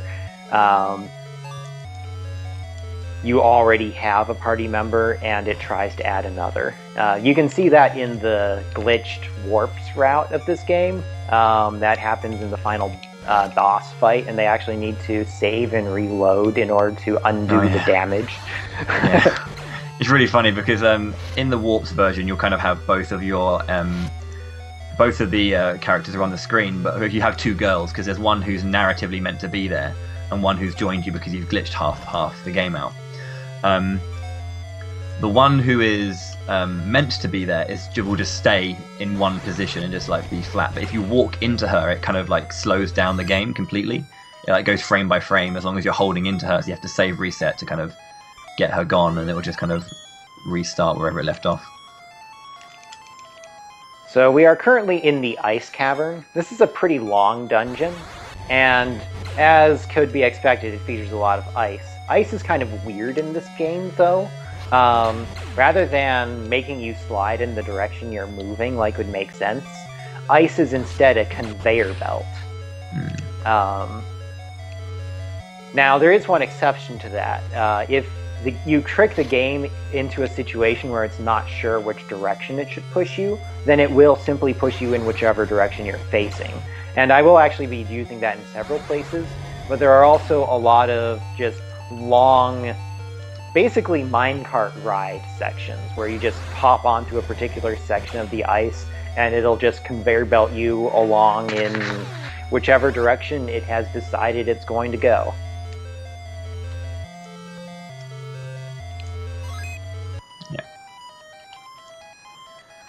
Again, saving a lot in this dungeon just because it can quickly turn around on you, and you'll lose a lot of progress if you don't save quite consistently. I'll tend to do it every 2-3 screens just in case. Yeah, it's a lot less bad for the magic route, not just because we can save, but also because we had the money to buy the flame armor rather than the flame chain. The physical route buys a weapon upgrade, which is a huge deal. It definitely needs to do that. But since we don't have to do that, we can just buy the flame armor, which wow, trolled as hell. It's a pretty big upgrade.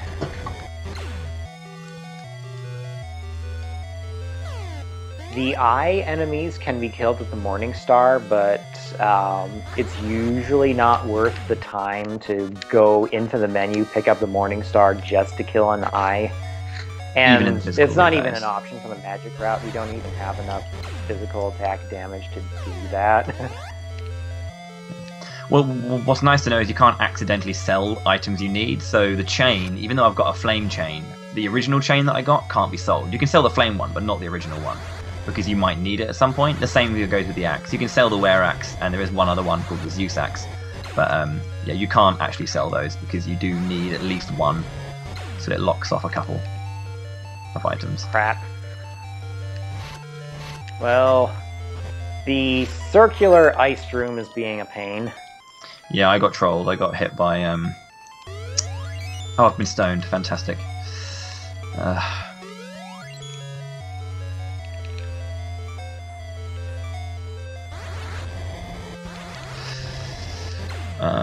Oh yeah, and of course every single enemy you fight from this point on pretty much has a state of ailment and will hit you with it 95% of the time. I want to say it's around a third of the time when you get hit by something that could do a status effect, it happens.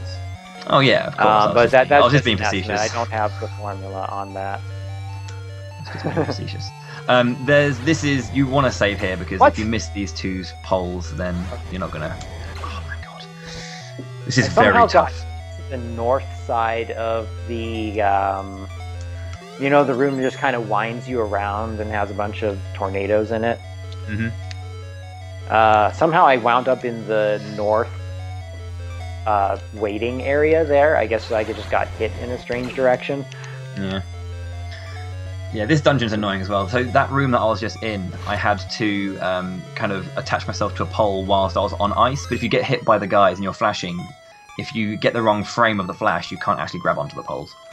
I've noticed. Sometimes you do, but not all the time. Yeah, there's a lot of places where the game expects you to use the chain posts while you are sliding on ice, and the game's hit detection on that is just not very good. Oh yes. The hitboxes in this game are, for the most part, rather consistent but confusing. As far as I can tell, in this case, they actually are inconsistent. I think it's a matter of frame rules for checking whether you're going to hit the chain post or not. I could be wrong. So Carrie is an interesting fight. Very, very tough actually, because she's got such a large hitbox. It's important you have to kind hit of her head, not just any part of her body works. And she's got and yeah, when I say hitbox, I mean she's got a big hitbox. Like you can get hit by any part of her pretty much. If you're just a little bit shy. Luckily, she doesn't have an explosion. She just kind of flashes and dies, so you can get quite lucky there. And we get the ice sword, which is going to come in handy in the next level. We've got just a few levels left now.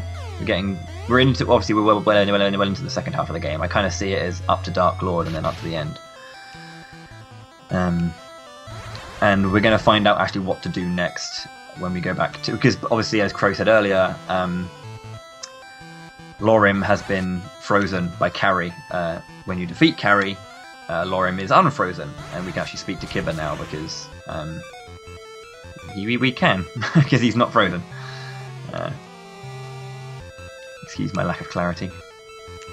Yeah.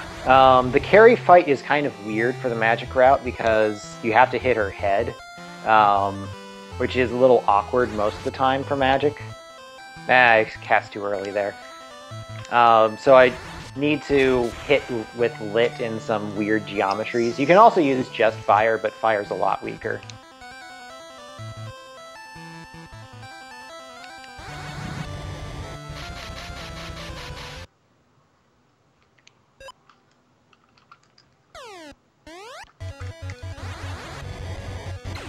So we can see Darklink and Neros are now making their way towards the ice cavern.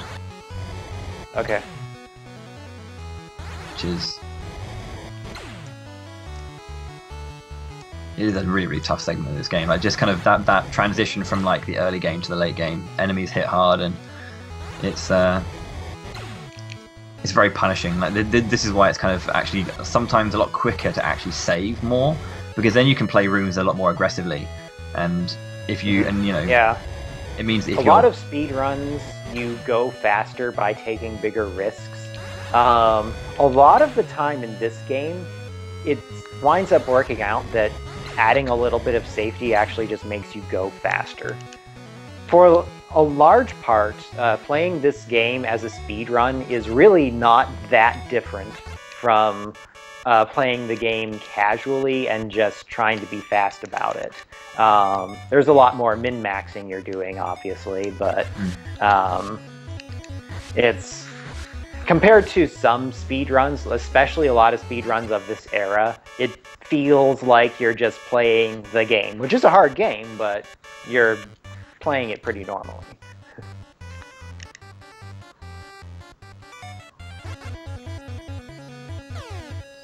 So, difference again between the Wisdom and Magic route, as I believe Crow will be going to get himself a...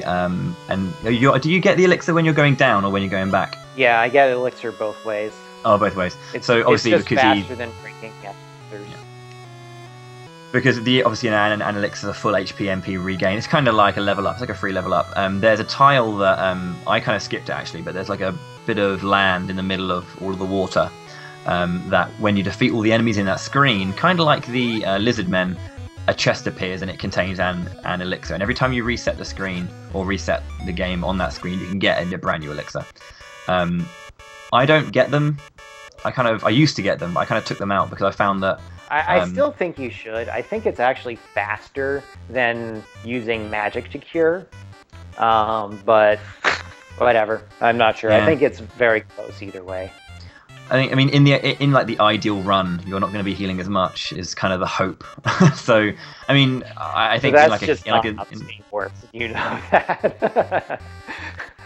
Yeah, not this game for sure. You can't just not get hit. But that's kind of the hope. I haven't really looked into the micro timings of like all of that kind of stuff. I should at some point, but for now I'm skipping it. But we'll see how it goes. Oh, but yeah, I mean, I got pretty seriously controlled by the seahorse. One of my shots got turned the other way because I got hit while I was casting it. It's one of the most whenever annoying you take a hit about in this game, the game actually makes you walk backward. That's how it does knockback. And that changes all the directions of your attacks, particularly projectiles. For the physical route, it's actually very, very stressful in terms of when you're fighting certain enemies and wanting to do the flying sword attack, because you'll end up doing the flying sword, which is like with the big dive across the screen, which does double damage. You'll do it the other way, and if you're next to a wall, you'll just kind of... the worst thing about it is that it resets your hitbox. So if you're flashing and you do it, it gets rid of your invincibility frames, and then you can get hit again immediately. So when you're fighting certain enemies, you'll get hit, then you'll do your flying sword the wrong way and get hit again and die. We go through most of the game getting two-shot by enemies. So cases where you can unexpectedly take 2 hits in succession is kind of a problem. What happened on your end? Oh, you'll see the screen if you're looking at all 4 of them. The room with the 2 buttons. I do not have any of the streams up right now. Right. The 2 buttons with the eyeballs and the Tasmanian devil guys. The Taz just followed me and just did not get off me, and I took like 7 hits. So I've had to use up all my. It was awful. It was not nice. Okay. If you've played Secret of Mana, you will recognize the griffin hands in the area that I'm in. They are from Pure Lands, and they are every bit as much of a jerk in this game as they are in Secret of Mana, so watch out. Saving before the Kraken. The Kraken that I'm fighting is a very, very tough fight. I think it's a bit easier for you guys, because you can just stand aside and use magic, can't you? Or do the it's a different difficulty. We are in no threat of anything going wrong, but we can more easily lose time. The timing you have to press your fire with is extremely precise, otherwise your attack just gets negated. But with a physical route, you have to just stand in harm's way and hope it works out. Yep, again, this is face tanking, and this is really dangerous because he hits you for about 90. You want to hope that he does not send his limbs up. Like now, he hasn't sent them up once. This could be the perfect fight. Yeah, perfect fight. He didn't send his limbs up once. But I had already died once, so I already lost a bit of time. That's how you want Kraken to behave. I don't know what the percentage is or what kind of causes his aggression. Sometimes he just doesn't. I'm pretty sure it's just 50% chance. Of course. Well, my button room's going about as well as yours did. Fantastic. Fantastic. This is where I equip the Ice Sword. It's very strong against these enemies. This is the Undersea Volcano, so it's technically a fire level, but there are actually earth enemies in here, weirdly enough. The weird, like, metal things, they're earth elements, and the bees are whatever. I don't actually know the bee. Rabbits still considered fire elemental for some reason. And they are also weak against the Ice Sword. They are, exactly, yeah.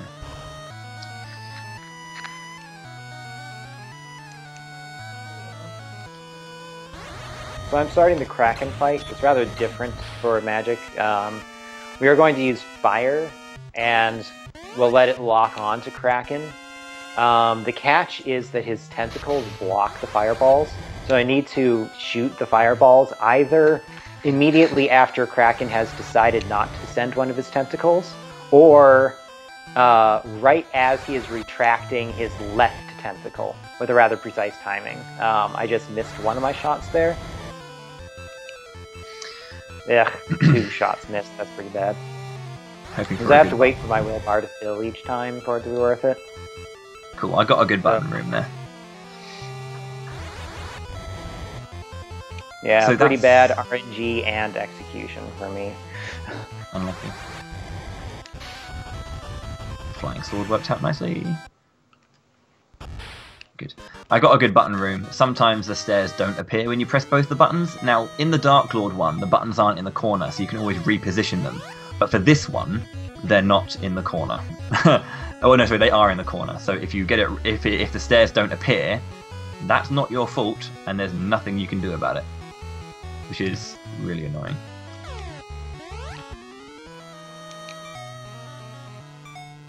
There's an earthbound that's about to appear in my path. Okay.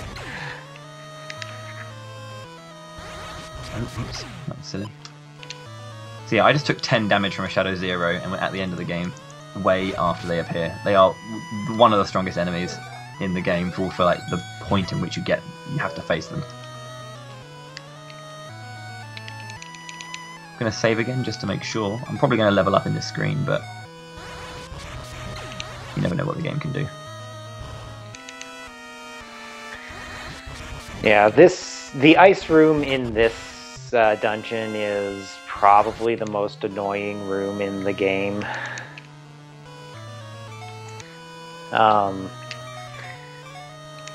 The number of things that have to go right is just huge. I'm getting trolled right now. for some reason I attacked an enemy above me and I moved him down with the sword. I used the spin attack move, which is the worst move in the game for the sword. It's just... And actually, what I'm really excited to do actually is showcase. There's a Japanese runner named Baku Zero, a very talented runner. He has the world record for the Japanese version of this game in Warpless, which is, I think, 2:03, including the ending cutscene, which is very fast. He gets a sub 2 Julius kill. They do run on Super Game Boy over there, so there is a kind of difference in time. But what I'm about to do is I'm about to come up to the next ice room in the game, which is a very annoying room. But he basically found a way to kind of make it a lot easier.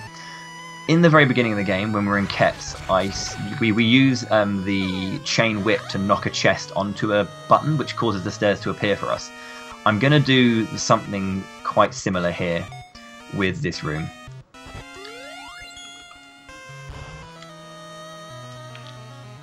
By moving this snowman. I need to. I used to sell the broadsword. I don't anymore. I'm going to move this snowman up to the top, face right, and attack, and the stairs appear. So I don't have to get both of the snowmen onto the pillars, just one. Essentially what's going on here is that the game wants a snowman on each of the buttons at some point. They don't have to be on them simultaneously. So we're taking one snowman and then we're hitting it across. Yeah. The way Crow has to do it though, because do you still have the broadsword, or have you gotten rid of it? I do not have the broadsword. So what Crow's going to have to do is I managed to figure out like ways to make it consistent on both ends. He can use the axe, but he has to have a full will bar, because if it's not full, the beginning hitbox will knock the snowman up. But if he throws it, it'll hit the snowman left. It's very particular. But he has to face left and use the throw attack.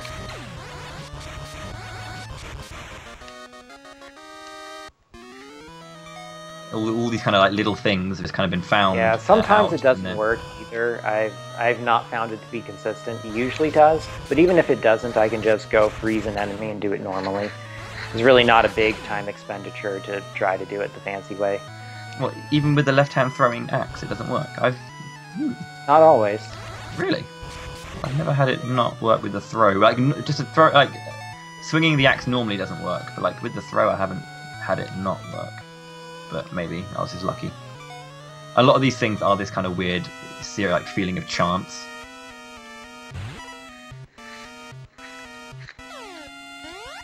Which is quite annoying. Like with the when we were mentioning earlier the whole Chocobo event making our defense 0, it doesn't always happen that way. Sometimes it does, sometimes it doesn't, which is very confusing.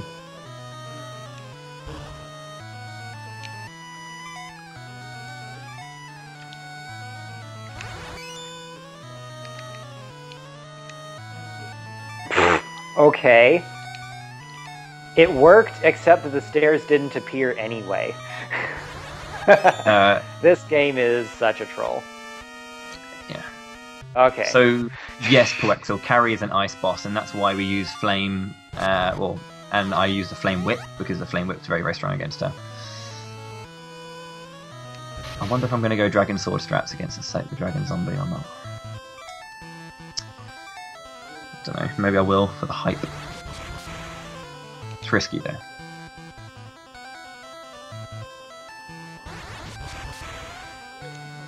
You have to hit Ifrit's face rather than his body.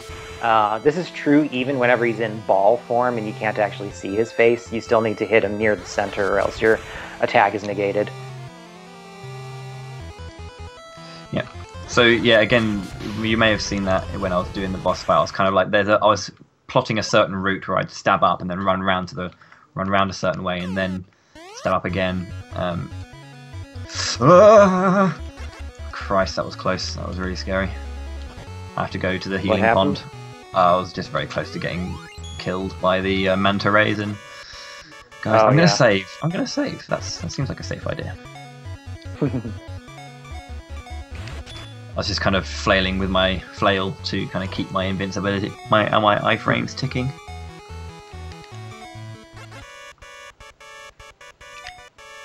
Yeah, that's the general rule in this game. If you're in trouble, press buttons. It'll usually help. Preferably the select pause. button. Yeah, I was gonna say the select button the select is the best button one. is particularly good because you can pause and save. But even if you're just mashing the attack button, that will give you more time to think about what to do.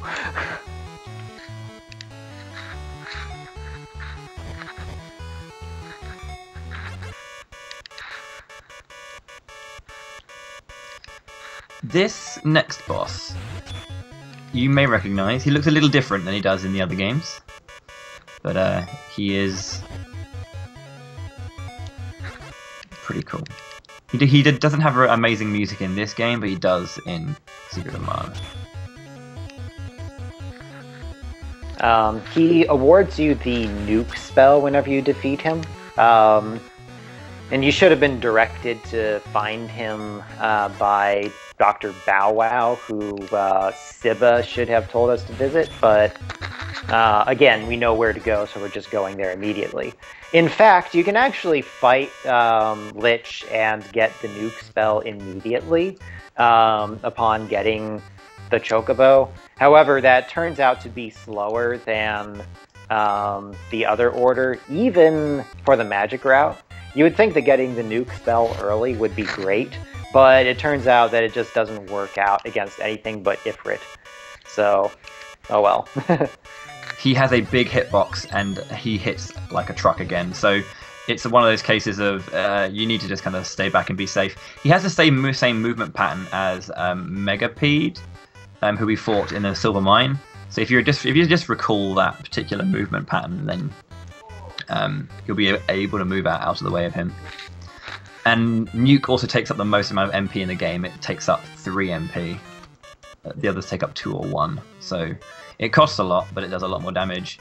But from this point on, Crow, Darklink, and Neros with the Wisdom route have a huge advantage over Physical because they can because of the quadruple damage and the increase in will means that they'll be getting maximum will bar a lot quicker and then just doing quadruple damage.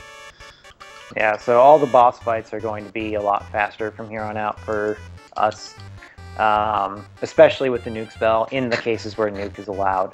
Amusingly, the Mantis Ant fight, which is the next one, again, right after they give you a new toy, it doesn't actually work on the next boss. Mantis Ant is invincible to both nuke and lit, so we have to resort to fire. Which makes for a rather amusing boss fight, but I'm not there yet. Again, I'm not actually gonna face tank. There's a really, really nice way. Like, I think one of the most kind of things I'm happiest about with this particular route for me, the physical route, is just how aggressive you can get on enemies. Because before, when it was kind of still being rooted out, it was again playing safe, which I would have, you probably should. It's very dangerous, but the more used to the enemy patterns and the used to the game mechanics you can get a lot more aggressive. And this particular fight is one that it took me a while to kind of get right, but now it's really fun to do this fight. As a general rule, in this game, and Secret of Mana too, for that matter, normal enemies are a lot less dangerous than bosses. Sorry, normal enemies are a lot more dangerous than bosses. Bosses behave in rather easy to predict ways. Enemies don't. Yeah. Unless Julius 1, then. Well, Julius 1 is actually a normal enemy. That's why it's hard. Yeah. Exactly, yeah. And there's 3 of them. Fantastic. This room is a bottleneck, and the weapon that I have equipped cannot defeat these enemies, so I have to hope that they don't stand in my way, like they are. So you have to keep resetting the room until you get the right one. The physical route has to take a couple of detours to pick up equipment in the dungeon he's in right now. He gets the Dragon Shield, which is every bit as good as the Aegis. We went into some effort to figure that out. And don't give me credit, it was you. Don't give me credit, that was all you, mate. All you. Crow went out of his way to find out. He told me that it happened, I went to confirm it, and it's sweet as a nut. Okay, Metal Mantis, here we go. I'm just going to heal up quickly. So again, this is where the stutter slicing comes in. He's going to go down like that. Move out of his way. But we can get aggressive on him in a certain way, which is I'm really happy with it. Nice.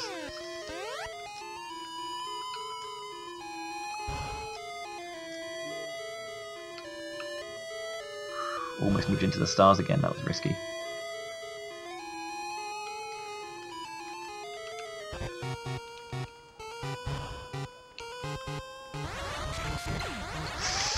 Game, please.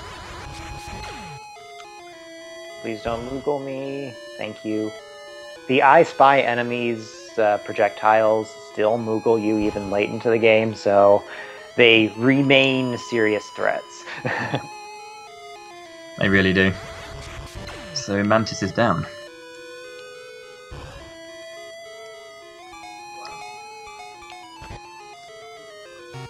And that's why I saved.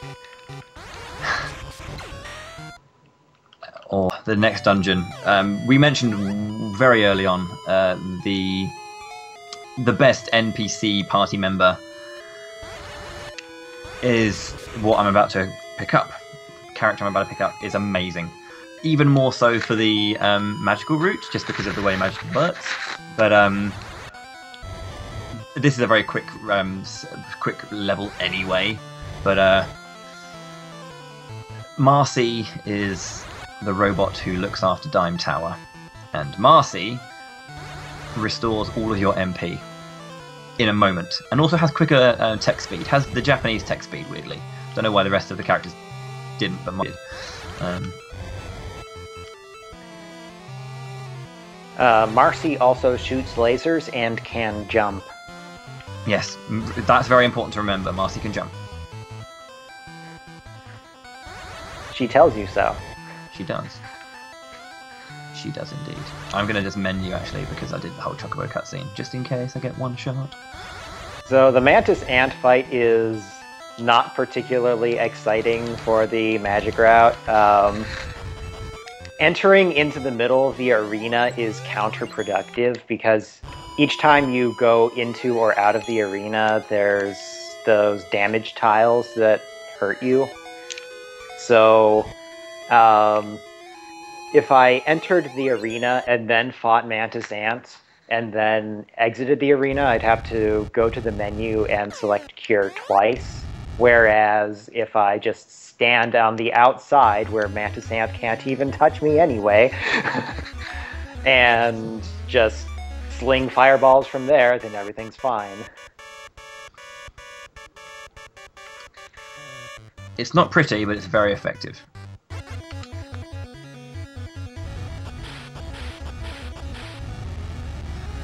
Whew, okay. This is where it gets tough, because these gauntlets hit so hard, and I once had, I think, 90 HP. No, 80 odd, and I died having 80 odd. They just hit hard. I used also, this is quite interesting, but I'm going to go to the right hand side here. And going to the right, I used to completely forget this. I didn't even remember about this sometimes. Dragon armor, which is up 19 defense, because we haven't actually got an upgrade since Jad. So, getting that armor is huge. Get this exit bit here. Because obviously, in this, there are a dragon helmet somewhere? I have no idea, you know. I just cannot remember. I haven't looked around. It's amazing. You're getting all of the other. Yeah, I'll have a look for it. I'll have a look for it. Don't worry. It's amazing. Like when you kind of like start learning the speedrun, you tend to forget about everything else in the game. There is dragon helmet. There is a dragon helmet. I'm not sure where it is. There aren't actually many helmets compared to everything else. Okay, so the next stat point cutoff I want to reach is I want to get 2 more levels so that I have 50 wisdom. If I have 50 wisdom, then I can one-shot the first form of the individual pieces of the first form of the final boss. And that winds up making that fight a lot faster if I can get there. So that's what I'm working towards now. Marcy's lasers can actually defeat eyes. That's pretty rare in this game. Killing eyes is kind of annoying. Okay. Garuda. Again, a tough fight, especially for magic, for the wisdom build. You have to get up close again. The Garuda hits very hard, but I managed to find a nice little strat that works quite well, because the hitbox is wherever Garuda goes. So Garuda flaps his wings, and if you get the right timing, you can actually hit him whilst he's flapping his wings. I got hit though, so I have to heal up because that's really annoying. Yes, you can get extra hits on Garuda during the wing flaps like that, but I didn't get down enough. This is slow. Marcy also has to be a bit of an MVP in this fight sometimes by doing a lot of damage. There we go, got the hits. This is a slow fight against Garuda.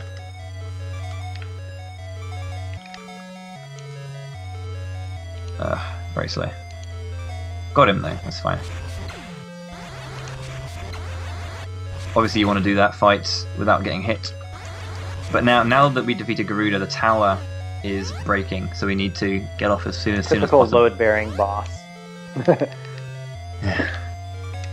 Oh no, I throw you and I jump. Thank you, Marcy. Can you? Let's do that. So Marcy throws us off the tower because we can't get across that one space. Thank you, Marcy.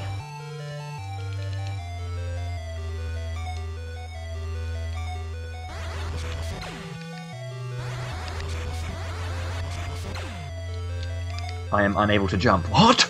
Marcy! No! You lied to me!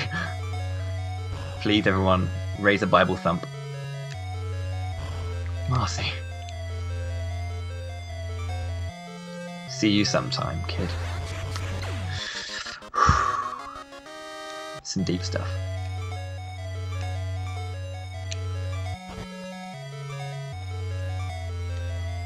That's it, get your Bible thumps.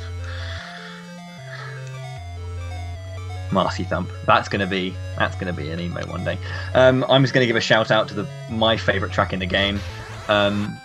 If you like Mana music, I recommend an album called Aether, the music of Mana, or Essence, the music of Mana by Aether, which is a wonderful album. But this version, the Temple of Mana song for that, is stunning. This is my favourite tune in the game. It's very haunting, it's very melancholy, but it's beautiful. So you just saw me wreck Garuda. From this point forward, all the bosses can be hit by the nuke spell. So with the quadruple damage from a fully charged will bar, the nuke spell just deals absurd damage. It'll be a lot quicker for the wisdom route from this point on, so I need to really step it up or I'm not going to win this.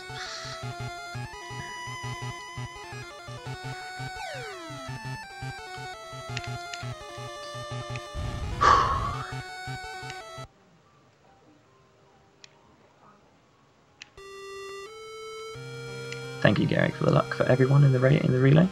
Of course, this is just the first game of 4 that we're going to be running. This is Final Fantasy Adventure, Seiken Densetsu 1. We're going to be followed up by Secret of Mana, obviously, Seiken Densetsu 3, and then Legend of Mana later on. Give another huge shout out to Magus and everyone for Magus for kind of getting it together and sorting it out, and everyone who has helped in sorting this race out, or this relay out rather.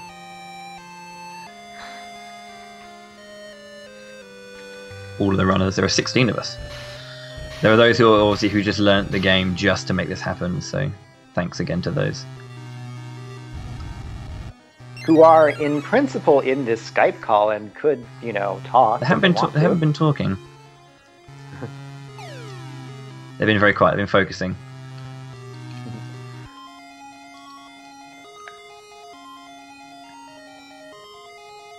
Maybe we've just been hogging it, Crow. It's actually our fault.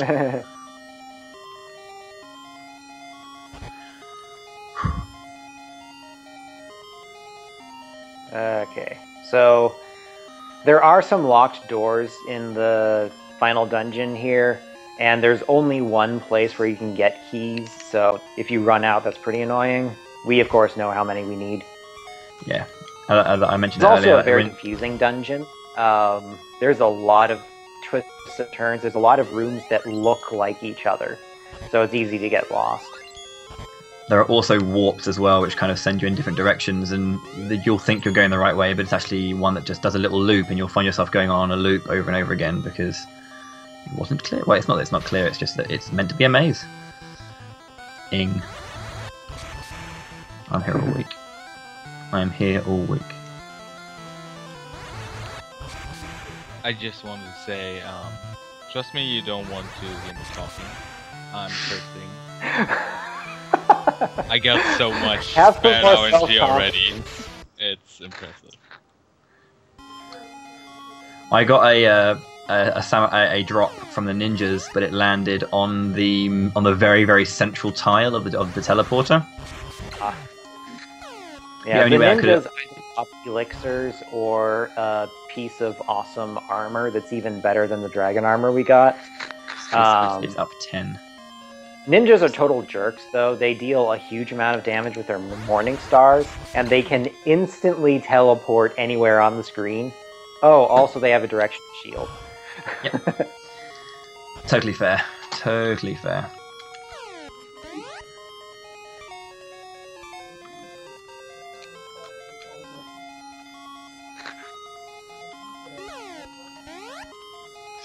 That was a bit risky.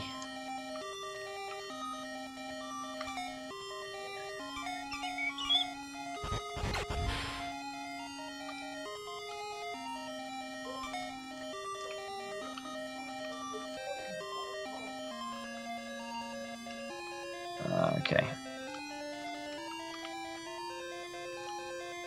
This is quite an alright fight. Should be another hit or two. One more, I reckon. Ooh. A bit weaker than I thought.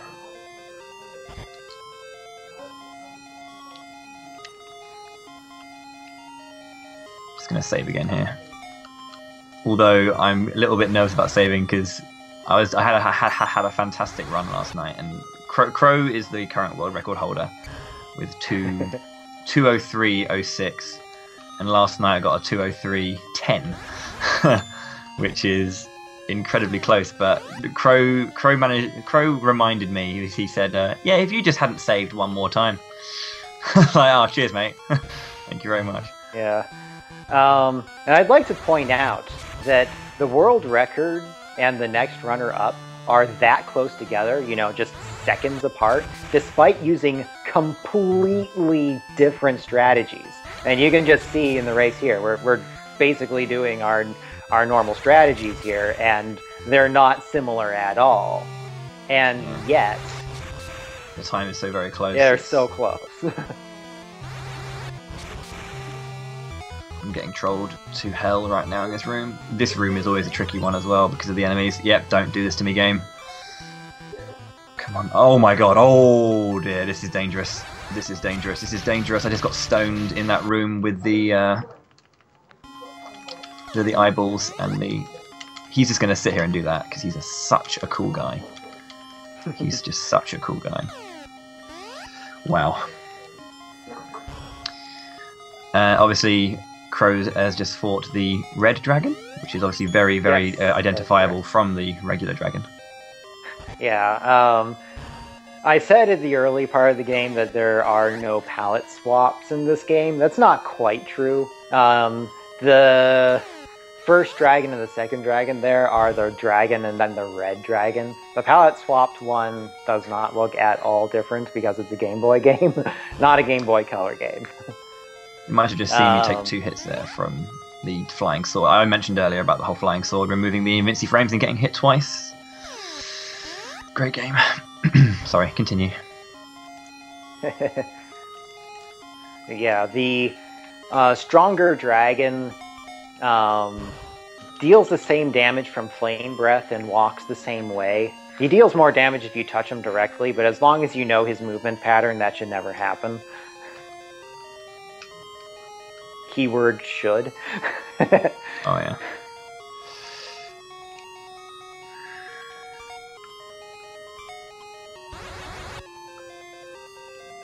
I'm just gonna freeze the other ninja. Just in case. Right, okay, dragon zombie time. This is very close. Crow's literally 3 screens behind me.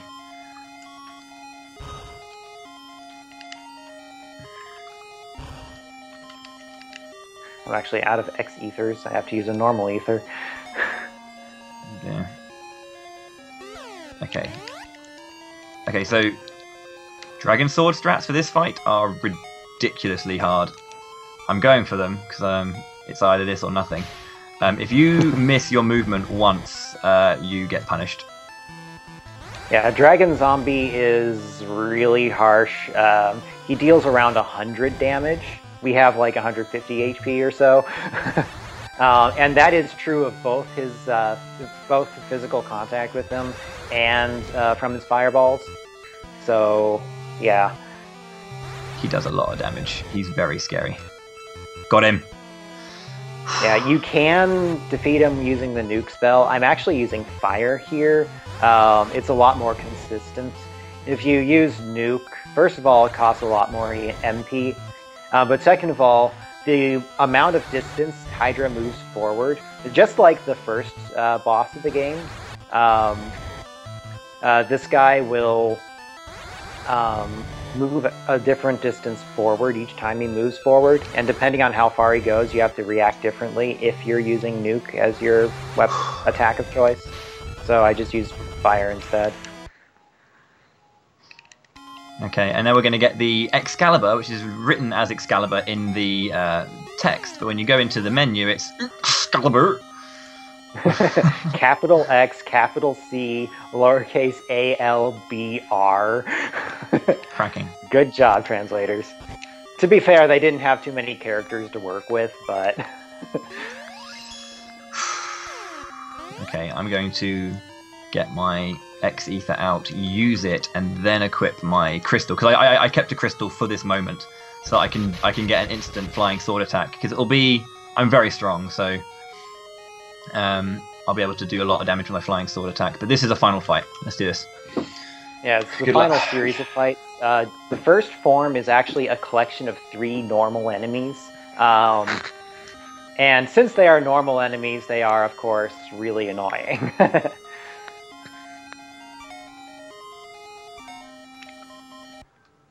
Yeah. Okay, got a double. Got another double. Okay, cool. Managed to hit all of them with my crystals and stuff. One's down. Two's down. These guys do all of the annoying things. They instant teleport, they walk really fast, they slow teleport, they shoot projectiles that can interrupt your attacks. The problem with instant teleport is they could instantly teleport on top of you, in which case they actually deal quite a bit of damage. And I'm getting trolled with them dodging my attacks. Okay.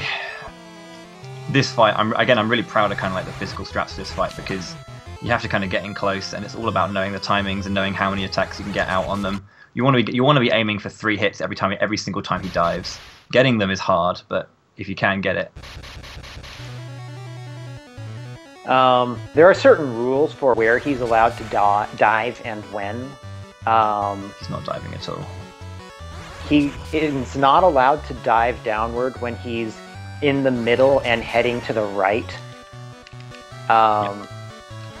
He is allowed to dive diagonally towards the center, but he is not allowed to dive diagonally from the center to either of the sides. He can dive, I think it's up to 3 times each time he reaches one of his positions. Okay, and obviously if he does a diagonal dive, then he stops.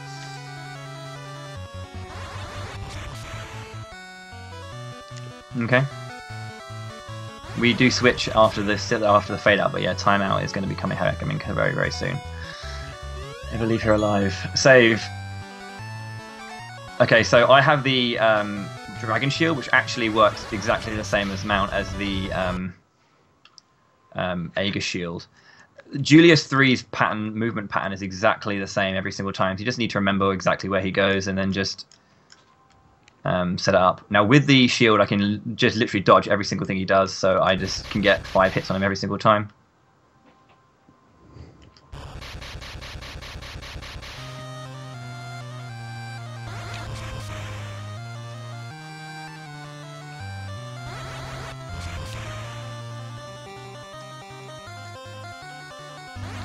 Julius 3 appears at the exact same positions every time. There is no randomness to him at all. And time. So if anyone takes a hit, it's because they messed up, not because the game was being trolling. GG, man. GG! That was a good fight. That is a point you want to kill him in physical route. That's half a cycle. Nice. Alright, so we switch at fade out, right? What was the time? 2:10:37. Okay, yeah, sure. Okay, so Time for me. Yeah, Incroy. Basically, I'll just say ready to go, but we're almost there. Yeah, you just say 3, 2, 1, and whatever. Right? Sure, no worries, man, no worries. Good luck, BB. Do it. Yeah. The Empire Rabiters. Exactly. I was gonna say, because we're the Empire, I will finish what you started. Thank you. Just sir. like the, just like the commercial for Star Wars. I can hear the Secret of Mana music in the background, and I'm getting excited. Yeah, man.